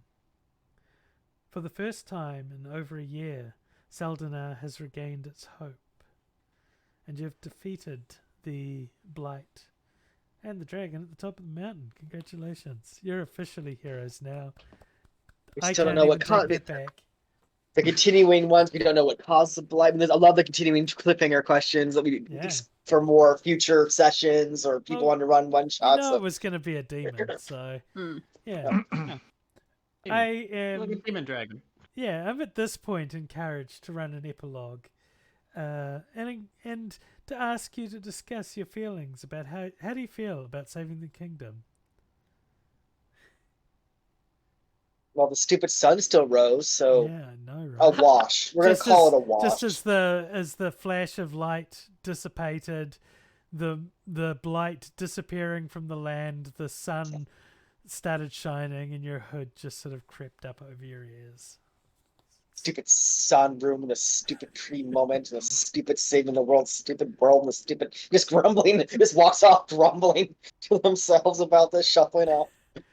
Cascade takes a moment to look down on the lands that we're seeing up here and to ocean in the distance and kind of understands a little bit more about why she was sent out here. Knows that there's still a shit ton more work to do, but at least can go home and tell her parents that she isn't a disappointment. Wow. Her first ambassadorial mission seemed like it went pretty well. She saved the lands. Like, that seems like a good job. Kale is setting up a lovely banquet for everyone. Some meals, some tea, some biscuits and cookies, and still grumbling about it. But let's enjoy a nice, peaceful sunrise meal. Yeah. Moments before ads may start, and some people might miss the epilogue. Do we want to see what Mordakian would do? I think Mordakian sort of pauses for a moment, try to work out how we got here in the first place. It pops out the little locket with a portrait of his family in it, and just I can't resist this one as the like sort of crouching in one of those dawn shadows, and as the light starts hitting him, he's kind of a bit not there in those places, and he sort of looks up and around and goes, I think I'll be back. And then the light hits the ground and he's just gone. Nice. Magnus, back to the farm. Yeah, no, as soon as Magnus gets down. Okay. For those that are still here. We have a couple minutes to think about it then for the final. Yeah, you've got a bit of time. Hey, sorry, we're gonna wait just a moment. I tried to hold off the ads as long as I could, but even my power is not all full. Yeah, it's mostly all, but not quite. Yeah. Yes, absolutely so much in time for ads. Hopefully, because you're in New Zealand, there won't be too many. we take the ads so we can hydrate and stretch and take our meds and remember to love ourselves. I haven't hydrated in a while, but I was very hydrated to begin with. So that's quite good. At some point in the future, when Mordakian reappears wherever, eventually you'll find a little seashell in your inventory that is like, you know, friend of the ocean, free pass, no Jimbo. We are... Sandwich is back. Yeah, oh, fantastic. New Get out of Davy Jones's locker free card. Yeah, basically, you've got a free pass on the ocean. The number of ads we get in Twitch, it's usually not too many. If there's anyone out there still in Adland, you can't tell me because you're in Adland and you can't hear what I'm saying. So that sucks. It's like the classic, if you're not here, put your hand up. Yeah, exactly. Yeah. We'll count your votes.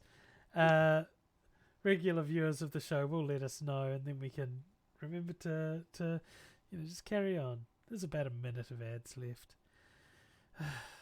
Anticlimax. Damn. Oh, I guess time for a minute. Just a couple of stories of Kale just being Kale. Yeah, absolutely. Go back to the Fox Forest and get up to Fox things. You will also find a shell in your stuff. Same with Magnus. You each will have a free pass to the ocean because you help the ocean by helping the lands and helping Cascade. And now we're friends. Yeah, it also works as a tag and release thing, so that you won't get land fisheries. Yeah. You can't be part of the quota. Yeah. You're now a protected species. Nice. Finally. Finally, I'm recognized with the honor we deserve. Is it a group chat? Can we hold it up to our ear? Hello? You just get the peaceful sounds of the ocean, and your call is important to us. You are 4,789th in queue. 8, 6, 5, 4. Classic hits of the ocean. Ocean's best. That's what. Do you remember this one? Welcome back. Thanks for enduring those ads. We run them every hour so that we can take a break and stretch and hydrate. And it also keeps the pre-rolls at bay. If it was easier, I could have turned off the ads, but it's hard. Don't make me do it. It's effort. Yeah, it is. It is. Thank you very much for doing that, though. We have not progressed any since you last saw us.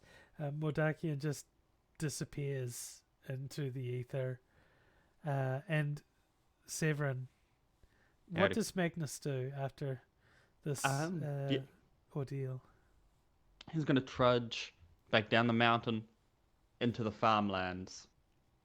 He puts his hand into the ground, kind of tears some soil, writes something on his clipboard, kind of nods, grunts approvingly, and then walks off to find some chicken. And the most important thing, Tuna! What has happened to Tuna? Our beloved leader. Yeah. Days go by as you travel back to the ocean. You watch Tuna cautiously, unsure what's going to happen. You see on the day you're about to go back into the ocean, little legs poke out of the back of the feathers on Tuna. Extra little legs. A tail is forming. Not a chicken tail as such, but another kind of tail. Tuna is evolving into something. Tuna?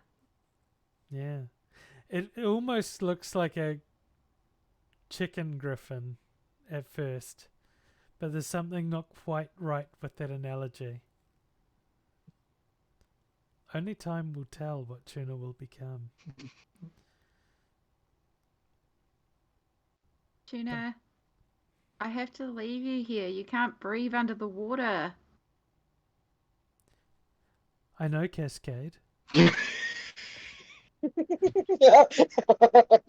Your chicken has gotten quite well in these past few days. Your voice is a lot deeper than I imagined, but Yes. When you finally start understanding the peep, peep, peep, peep, peep, peep, peep, it does start coming through a lot clearer. We don't really talk with the peeps.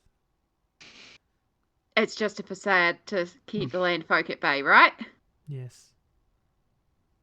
I'm the first to make it this far. And that's the end of the episode. Whoa. Chicken rising! Yeah, absolutely. Next quest: a game of chicken. Yay, we did it.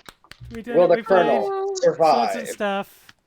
The lovely game by Squadeth Games, written by Brad Zimmerman, who is here in the chat, I hope. Still. Hey, Brad. It was really fun. Thank you very much. That was so fun. I've had Yes, an thank you. absolute That was blast. a lovely time. Yeah. It's a lovely module. It is well written. You could take it any way you want. I know the way we took it wasn't probably what was intended. It has been an absolute blast playing with you all. It's the first time I've run in more than a one-shot game of D12GO. And the leveling's a bit funny. Leveling in games is dumb. It's weird. But it worked. I mean, you beat a dragon, so that was good. With the 12s I was rolling, if you hadn't hit that level up, I think it would have gone quite poorly. Yeah, absolutely. Yeah. If your rolling was a little bit less, it would have been a bit more dragon-sided, I think. But The yeah, 112 I rolled my dodge in the fire breath, so I'll take it. Yeah, that was a good one. That was a good The one. 112 of the one I rolled. I mean, once again, I love that my dice know when to roll the 12s and when to just roll out of trash garbage. So love that for me. But Yeah, the fairies were not doing good. No, well, the fairies are really just there for an annoyance. They're not a problem at this point. But then, it's just a silly little encounter to change the mood up a bit. Yeah. If the first thing you come across is a bunch of fairies slinging snowballs, that's what it is. Yeah. Start a snowball fight with them. Snowball fight. Yeah. Absolutely. Hey, McBobbin. That's been really great. I don't know what's next as far as role-playing game content. It's going to be maybe a different game. Maybe it'll be some more D12GO, but it'll probably be one-shots rather than extended things. It will be a little bit of time before the next one, though. It's busy weekends coming up, so yeah. And then we've got a really busy one with the Yes and charity stream, which is going to be great. Yay! We're gonna do that. We're gonna do that D&D's for a good cause. It's gonna be real fun. So many people I know are involved with it now. It's fantastic. I got some work to do on it later on. I got to do some tech work, behind the scenes stuff, and be all. Me too. That's my job for today Tech as well. professional. Yeah. I'm looking forward to it. What's everyone else got up for the rest of the weekend, or things coming up in the future? Things you want to know or let us know about? No, not a great lot. Nothing? I got to do laundry at some point. Oh God! I Wow, know. death, taxes, and laundry. It's the three things. I'll be alone with the 4 dogs and a cat this weekend, so I will be watching animals all weekend. Hey, that sounds pretty good though. It's shout out all the players again, because you all have been Yes. amazing, and it's been so fun to Absolutely. play with. That was a Yeah. lot of you. fun. Definitely more. I enjoy the narrative of it, the randomness that we get into. Yeah.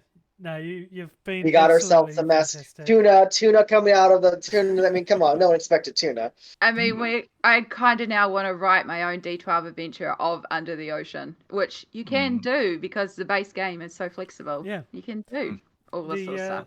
All the rules Yeah. are available on. It's These Twitch drive-through, What is it? Drivethrurpg. itch.io and itch.io. Yes. and Drivethrurpg, The which rules is the one are that linked in there. They are free. You can get them. You can play this game or one just like it. Or you can play just a random game using any of the other supplements. There's a kid-friendly one, and you could just make it kid-friendly as well. I struggle with that sometimes. There's a zombie one, which is really fun as well. Yeah, that was a good one. There will definitely be more D12GO here on the channel because I love it. It's easy and fun, and you can just play a silly story with your friends, and it's great. Lyndon, you got anything? Any other things to shout out or add? Nah, nothing at the moment. See the charity stream. Yeah, just spend the interim looking forward to it, and there'll be little bits of video like dropping through the social channels. Go follow Yes And's YouTube channel and see us playing our games, all of our warm-ups. It's great. This is probably the last time I'm going to be streaming out of Streamlabs. So next time it'll all be OBS. I'm changing up. I think I got the Twitch guest star thing working properly. So that'll be fun. That'll be next time. Whole new raft of tech issues. But yeah, that's us. Yep. I think I'm busy the rest of the night, so I'm probably not going to stream again. But if I do, it'll be cats and it'll be a random thing. So if I see you later, I see you later. Otherwise, I'll see you next time here or on your own channels or maybe in public where there are other people around, which is a scary prospect. But I know that's true for at least two of you, either here or in the audience. So that's great. I won't name the two. It could be more. I can't predict the future. Who knows which two? Yeah. I know several. Exactly. I'm bound to bump into more than one person. Definitely at least as many as two. Possibly three. Who knows? So popular. Going so nowhere popular. now.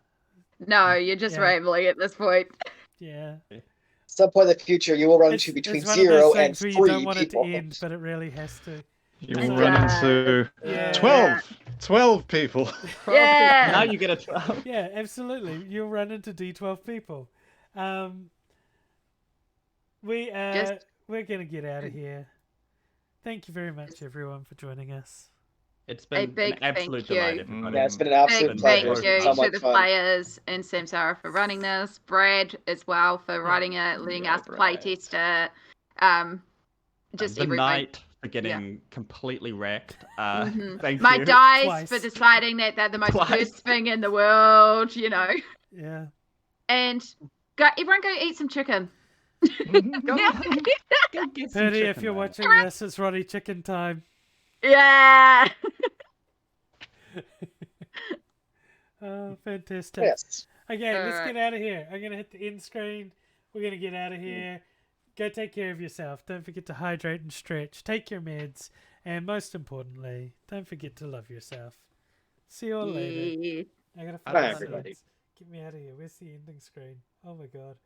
You can do this. I can't see the ending screen. Browser. Stream ending. You can just never leave.